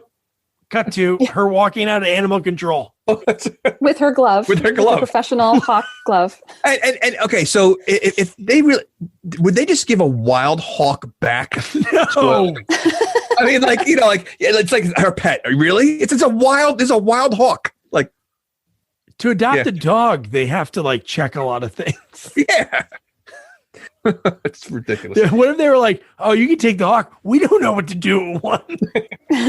We're dog catchers. We don't know about hawks." Well, you must be a professional because she has the glove, so they must think she's a professional. They're like, "Johnson, I don't know. This high school girl wants to take this hawk back. She's got a glove for the hawk now. Do you want any more hawks?" So this next part, I laughed so hard when not laughing because of what was written, but just the way I was interpreting it when he was like, "Let the hawk go." And he takes the bandage off and he starts doing his little Miyagi thing. What did you think? Well, you know what was going to happen, but what could have happened? Okay. So this is I had a lot of concerns about this part because they're standing on a ledge of a cliff. Over water. Yes. They have no idea if this bird could fly. Yes. So let's throw him off the cliff.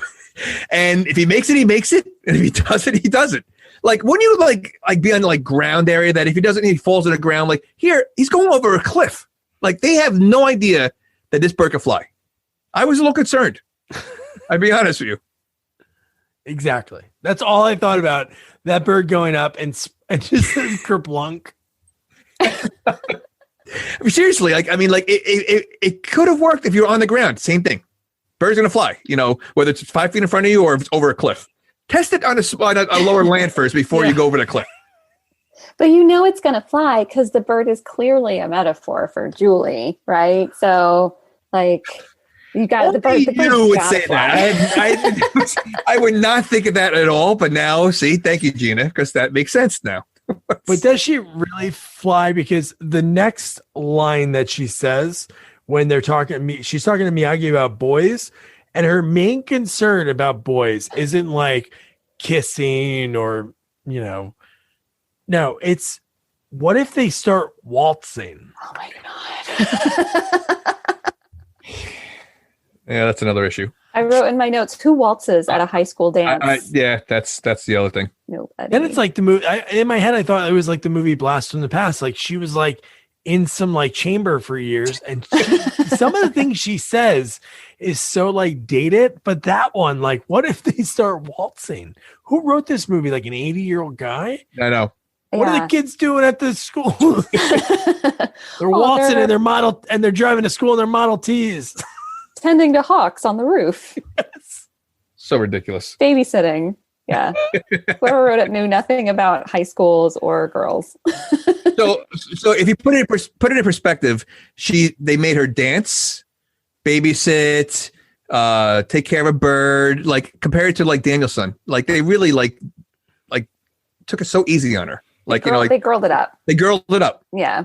Way too much. Yeah. Well, I would say, I don't know about attending to a hawk that has razor sharp talons, because that's pretty intense. I don't know if Daniel's son would have done that. I'm just saying. But it does appeal to that, like Correct. that feminine, nurturing mother thing. But yes, to a hawk, that takes it to another level. I'll give you that. Well, it is pretty badass. I mean, to have a hawk as a pet, It is Oh, hell yeah. That's something that Rocco would have, one of those. He would walk around one on his shoulder in the classroom because there's no teachers and there's no class, and he's 30. So, So then she's worried about, because she doesn't have a dress, which I guess that would make sense. Maybe she never went to a dance like this, but Miyagi's going to go. And wouldn't he take her with him to get a dress? Like, I mean, he obviously knows she's going to the prom. Like, why try to surprise her to get the exact same size that she has? Yeah. I mean, even that whole scene was kind of weird.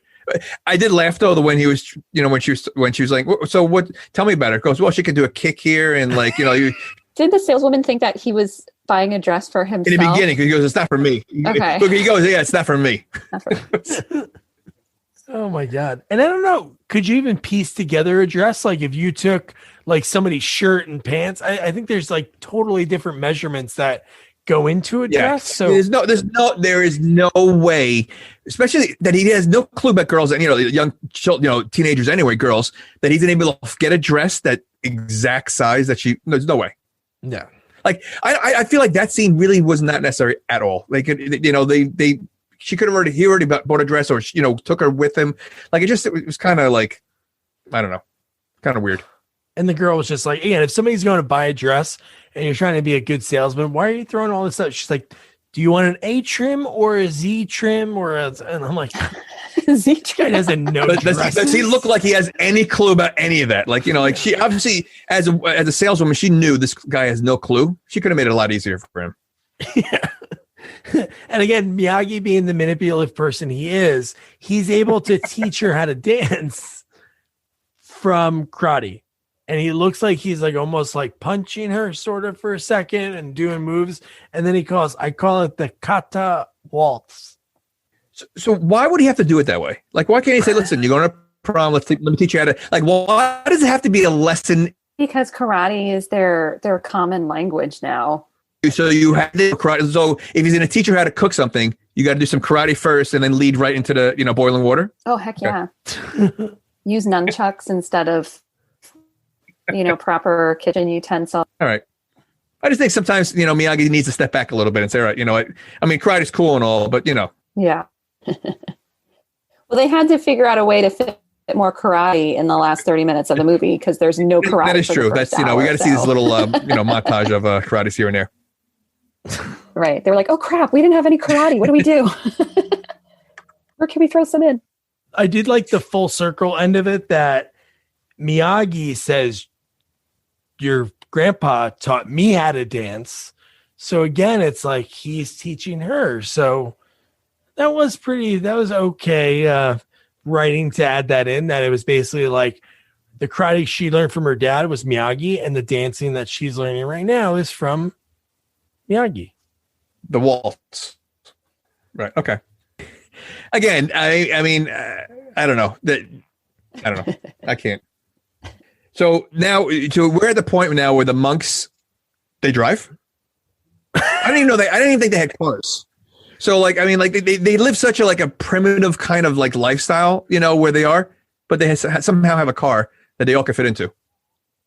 A Volkswagen minibus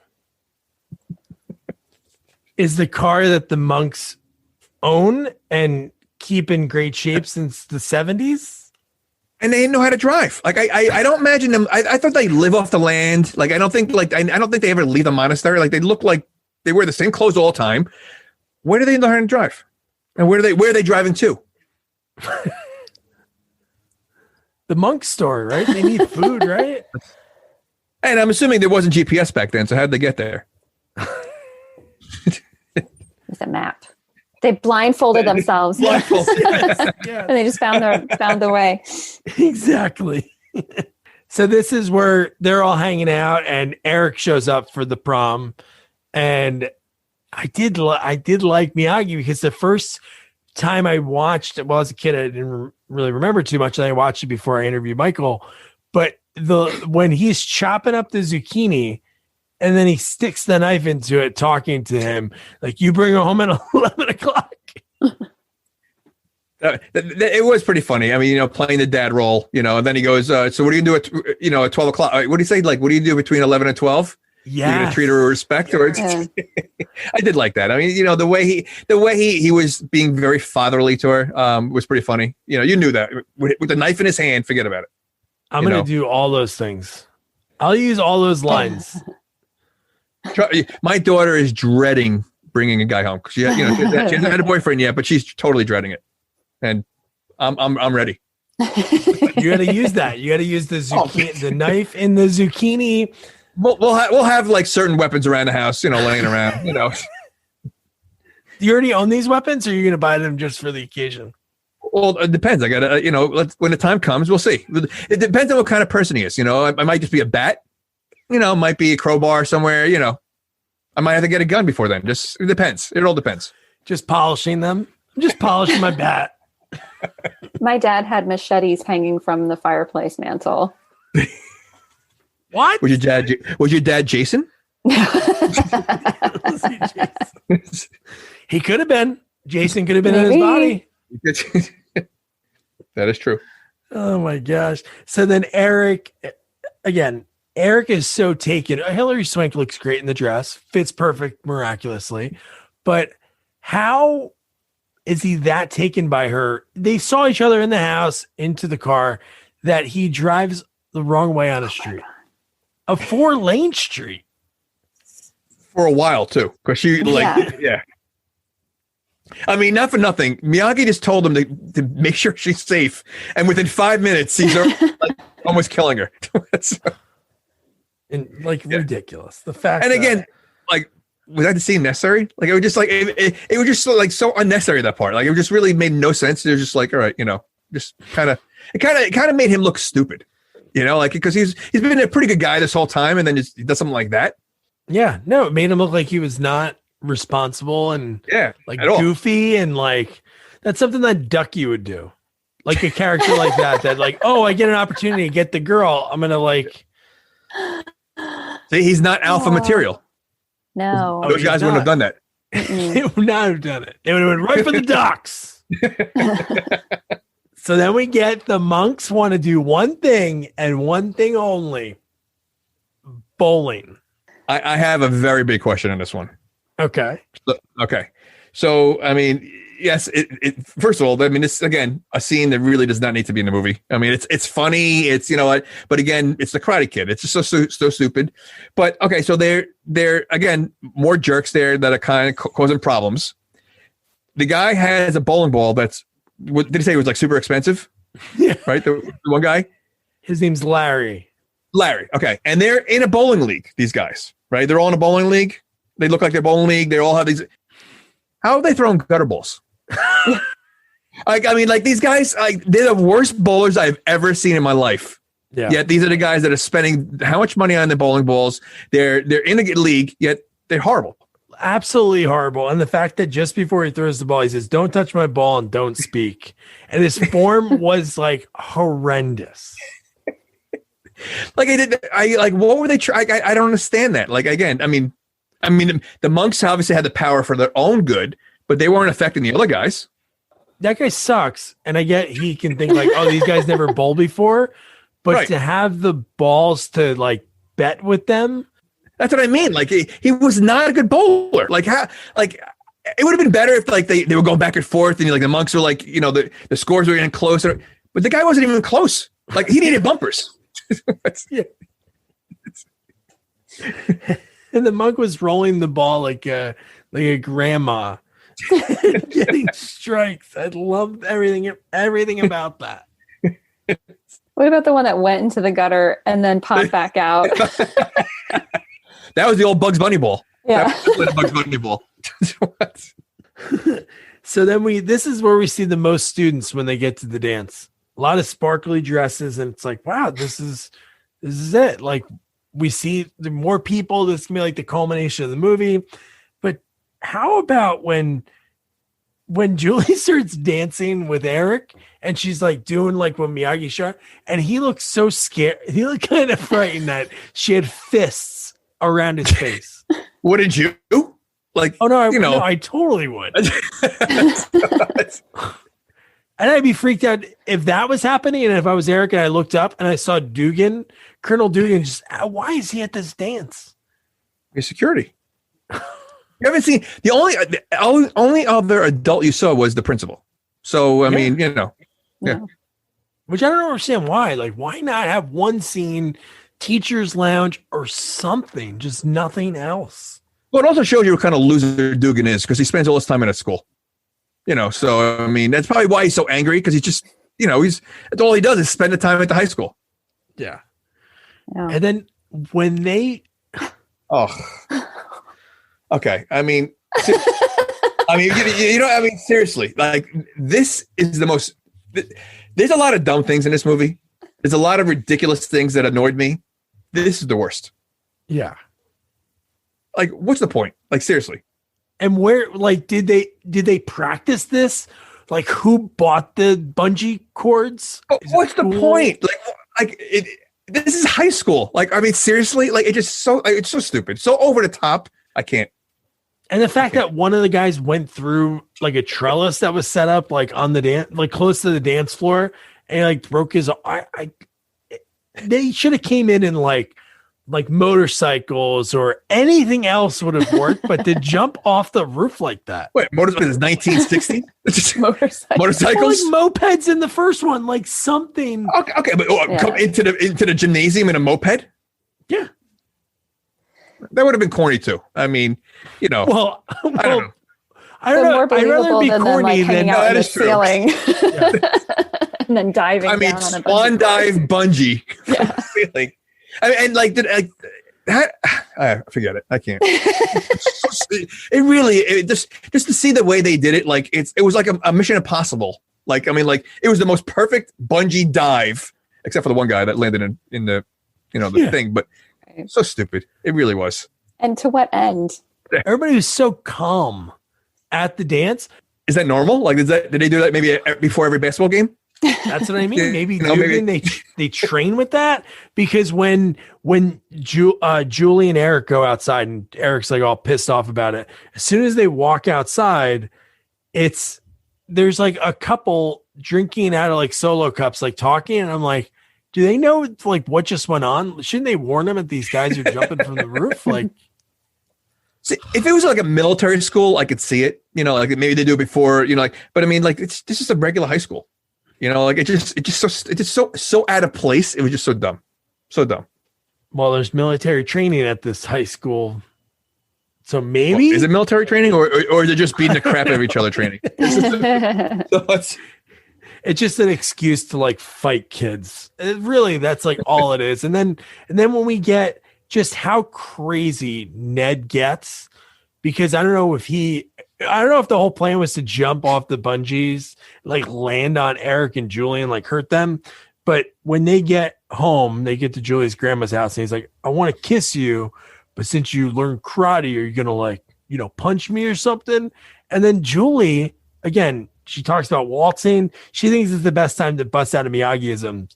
The sun is warm. The grass is green. Yeesh.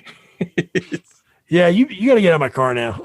And not to mention, Ned pulls up behind them, not that far away, in a huge truck. They don't see him. Yeah. Yeah. He literally pulled like right behind them.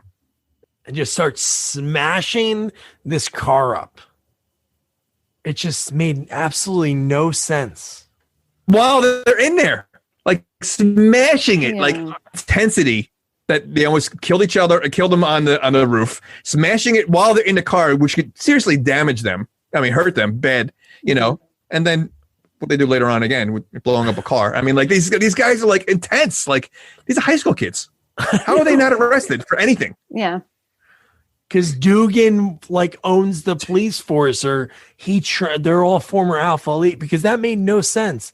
And the fact that when Eric gets there, it's like that trope in a lot of like movies, like something bad's about to go down, because there's a lot of garbage can fires, but like when he arrives, and why would he think that it's just one-on-one when he gets there? For like a half a second, like he got out and he's like ripping his shirt off, and then within seconds, all the Alpha Elite come out, starts pouring gasoline in his car, and it exploded pretty quick. Yeah. Yeah. How intense? I mean, again, this is high school kids. You're going to blow up a kid's car? Like, I mean, like blatantly right in front of him. Like not a fear of any consequences whatsoever. None. And again, Dugan, a grown man, is involved in this whole thing. And what gets me is that they're beating the crap out of him. They've blown up his car. And then Dugan says to them, finish him. And they're like, oh, no way. Yeah, like what does finish him mean?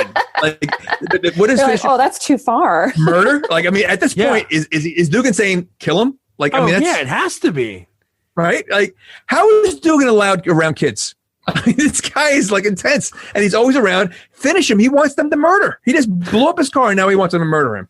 And then that's when they're, oh my God. Just the fact that it gets to that point that this guy he manipulated his kids for this moment. Like he has this grudge against Eric. And he even mentions that because he says, oh, I got one good shot off on you. And he goes, yeah, and now you're going to pay for it. So was this all from earlier in the movie in that bull ring that he punched him that one time? Dugan was that pissed. He's been setting this up the whole movie and back. Exactly. He's like, I'm going to blow up this kid's favorite car. and then we're going to murder him at the docks. At the docks. Blow up his car, watch him see it explode, and then we're going to murder him. And we'll totally get away with it. And then Miyagi arrives, and like, what do you guys think could have happened? Like, should have happened? Like, when you see Miyagi arrive, was there anything that I don't know? I just thought it was going to be more like in like Karate Kid 1 that he was going to start fighting all those kids. Yeah. Well, again, but it's not. He's not the next Karate Kid. She is. But I think, and this is where part of the problem is. Your end fight has to be a girl, and there's 5 guys left. Like it's to me like there's the build up to like let me fight him. It doesn't have the same kind of like thing if it was like Danielson saying let me fight, like like again she's a high school girl, this guy's a monster, he's huge, let me fight him. Like there was no excitement there. Like to me it's like in reality he should have pounded her. I mean he's about 3 times the size of her, and knows karate. It just didn't. He beat up the Eric, whatever is the Eric, right? Yeah. Okay. Pounded him around. So you're gonna tell me like this girl has a chance? Like it just there was no like the climax to me was like I don't know. Yeah. And then that's what I was talking about Dugan, because Miyagi says he's going to call the cops. And then Dugan says in a very like sort of calm voice, he's like, obviously Eric was speeding and he crashed. Yeah. Oh, and the Alpha Elite was just waiting there. Oh my God, dude. I didn't know. We were just hanging out at the docks. We saw this car flip and explode. And then he wasn't breathing. So we punched him until he woke up. Oh, these cans of gasoline with our fingerprints? I don't know. We always carry these around just in case old ladies like run out of gas. Yeah. Unbelievable. Does Miyagi really trust her 2 weeks of training to fight this kid? At first, he doesn't at all. And I don't know if he doesn't not trust her. He doesn't condone the fighting, but he does trust her. He gives in pretty quick though. It wasn't that she didn't have to fight too long, so I mean, I'll never be able to live this thing. It's a bully, but like, does he really trust her 2 weeks of training to fight this kid? Like, I don't know. He was a little laid back on that, I think. No, he was. And Ned was, you knew he was like too, I know you're obviously size wise, but he was like a lot of bad guys that are bigger than like the David versus Goliath, because he's like, oh, this is really embarrassing, guys. And then he's like, okay, Pierce, give me your best shot. And that always happens in movies. And then he just like, she rattled off like 7 or 8 punches and kicks. And then he was kind of rattled at that point. And then, dude, when he grabbed like the sandy mud and threw it in her eyes. I mean, okay, so how would you feel if you're Eric, that she just had to come here and just totally just did what you couldn't do? Oof. Like, do you think that would affect him also, like that, like, you know, like, I don't know, like, do you think he was affected by that? He's probably like, all the hobos at the train yard aren't ever going to look at him the same way again. So, yeah, and then we get Miyagi's fight, big fight. And all Dugan does is punch. He's like throwing these haymakers, and Miyagi is just like blocking everything. But I don't know if it's as good as the honk, but he's like going to finish it, and he blows. Yeah, what was that, like garlic breath? Like what was it? That because he fell down right afterwards. Like that was his move to breathe, like the breath.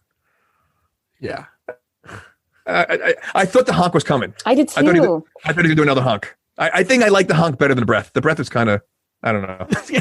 I feel like maybe that was like a last minute change. Like he was gonna do the honk, and like, no, we did that in the second Karate Kid. Let's do something different. Anybody got any ideas? What if you just blow on him? Perfect. Go. So dumb. Oh my! That really, I'm sorry. That's your finishing move was the breath. That to me, I don't know. That was a little silly.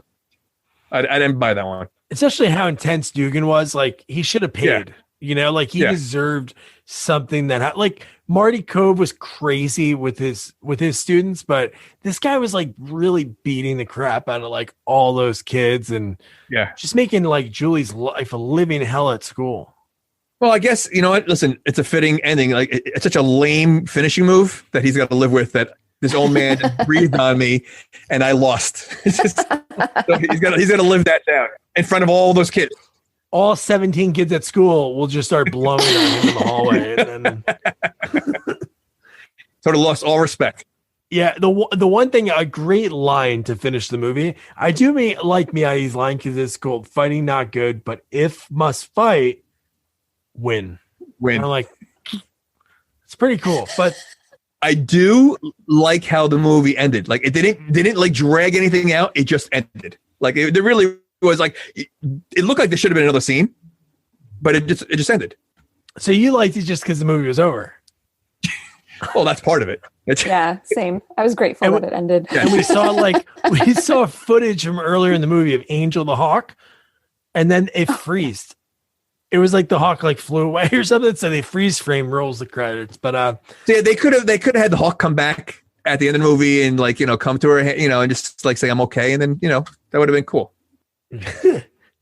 So that's the next Karate Kid. I think we all talked about enough that, again, me personally, I'll just get this on my chest. I think that people, again, if you're going to watch all the movies, especially Cobra Kai, it doesn't hurt to watch the movie, but I wouldn't watch it if it's my first one. Obviously, start in order, but I would say the movies go in order. I would say 1, 3, 2, 4 for me.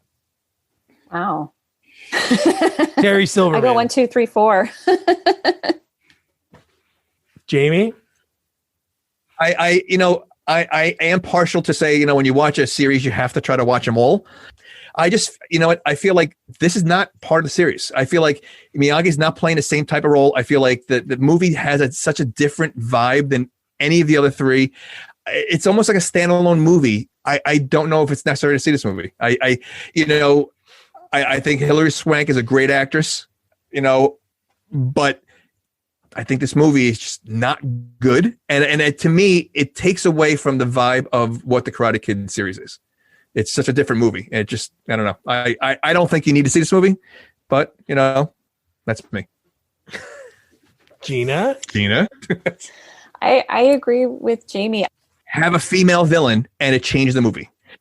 And again, you could have the exact same movie. You can have the girls being the security guards and all that stuff. It changes the entire movie. If you just replace Ned and have the same script and everything else and just throw a female there, it changes the movie. And I think that would have been better. And I think that would have been, honestly, more respectful for having a girl in the lead role than having a big bully guy bullying a girl. Like, it just didn't fit to me. And I think that's. And I think you could have played with that better, like having, if Ned's character was a girl, then you could have created a little bit. I know it would be very similar to the first Karate Kid, but you could have like a little love triangle there where the two girls are, the villain girl is vying for Eric's attention, but he's into Julie. Yep. I mean, I feel like there's so many other directions they could have taken it in. Well, you know what? I mean, again, you could see what Cobra Kai's been doing, and it's very similar. So they have and that's why the formula is working now. So, you have the guys that are battling, but you also in Cobra Kai, you have the girls, the two girls. You got to have the girl villain. And I think that's where they missed the mark. Yeah. All right. So that was the next Karate Kid. Gina, thank you. And I'll put the link into her podcast so you can check it out. Nope, never saw it. And the next sequel is kind of fitting for this time of year. It's getting warm, and some college students during normal years might be gearing up for summer for a semester at sea, and that is exactly what National Lampoon's Dorm Daze 2 is about. Jamie, have you ever seen that movie? I have never seen it. I might have seen the first one. I don't remember. Does the first one star anyone big or no? Oh, there's a bunch of people in them, yeah. So the people that are in the movie, so this one has like a great cast. Mr. Sheffield from the Nanny's in it. Model Vida Guerra, who has just learned from her IMDb, is from Perth Amboy, New Jersey. Topanga is in this movie. And next week's guest, Jennifer Lyons. It sounds very familiar. I might have seen it, but one I definitely don't remember. So yeah. So Jennifer, I've known her, like she's in so much stuff over the years. She was on Married with Children a lot. Can't Hardly Relate. She was in Jack Frost 2. She was in both the Dorm Daze movies. And fun fact, her uncle is Sheriff Roscoe Coltrane on the Dukes of Hazzard. Really? Yeah, that's her uncle, James Best, which is pretty wild. And she was a blast. Yeah, so don't forget to review, rate, share our podcast. Follow us on all social media at Sequels Only. And don't forget to check out our website, sequelsonly.com. Good night. Good night.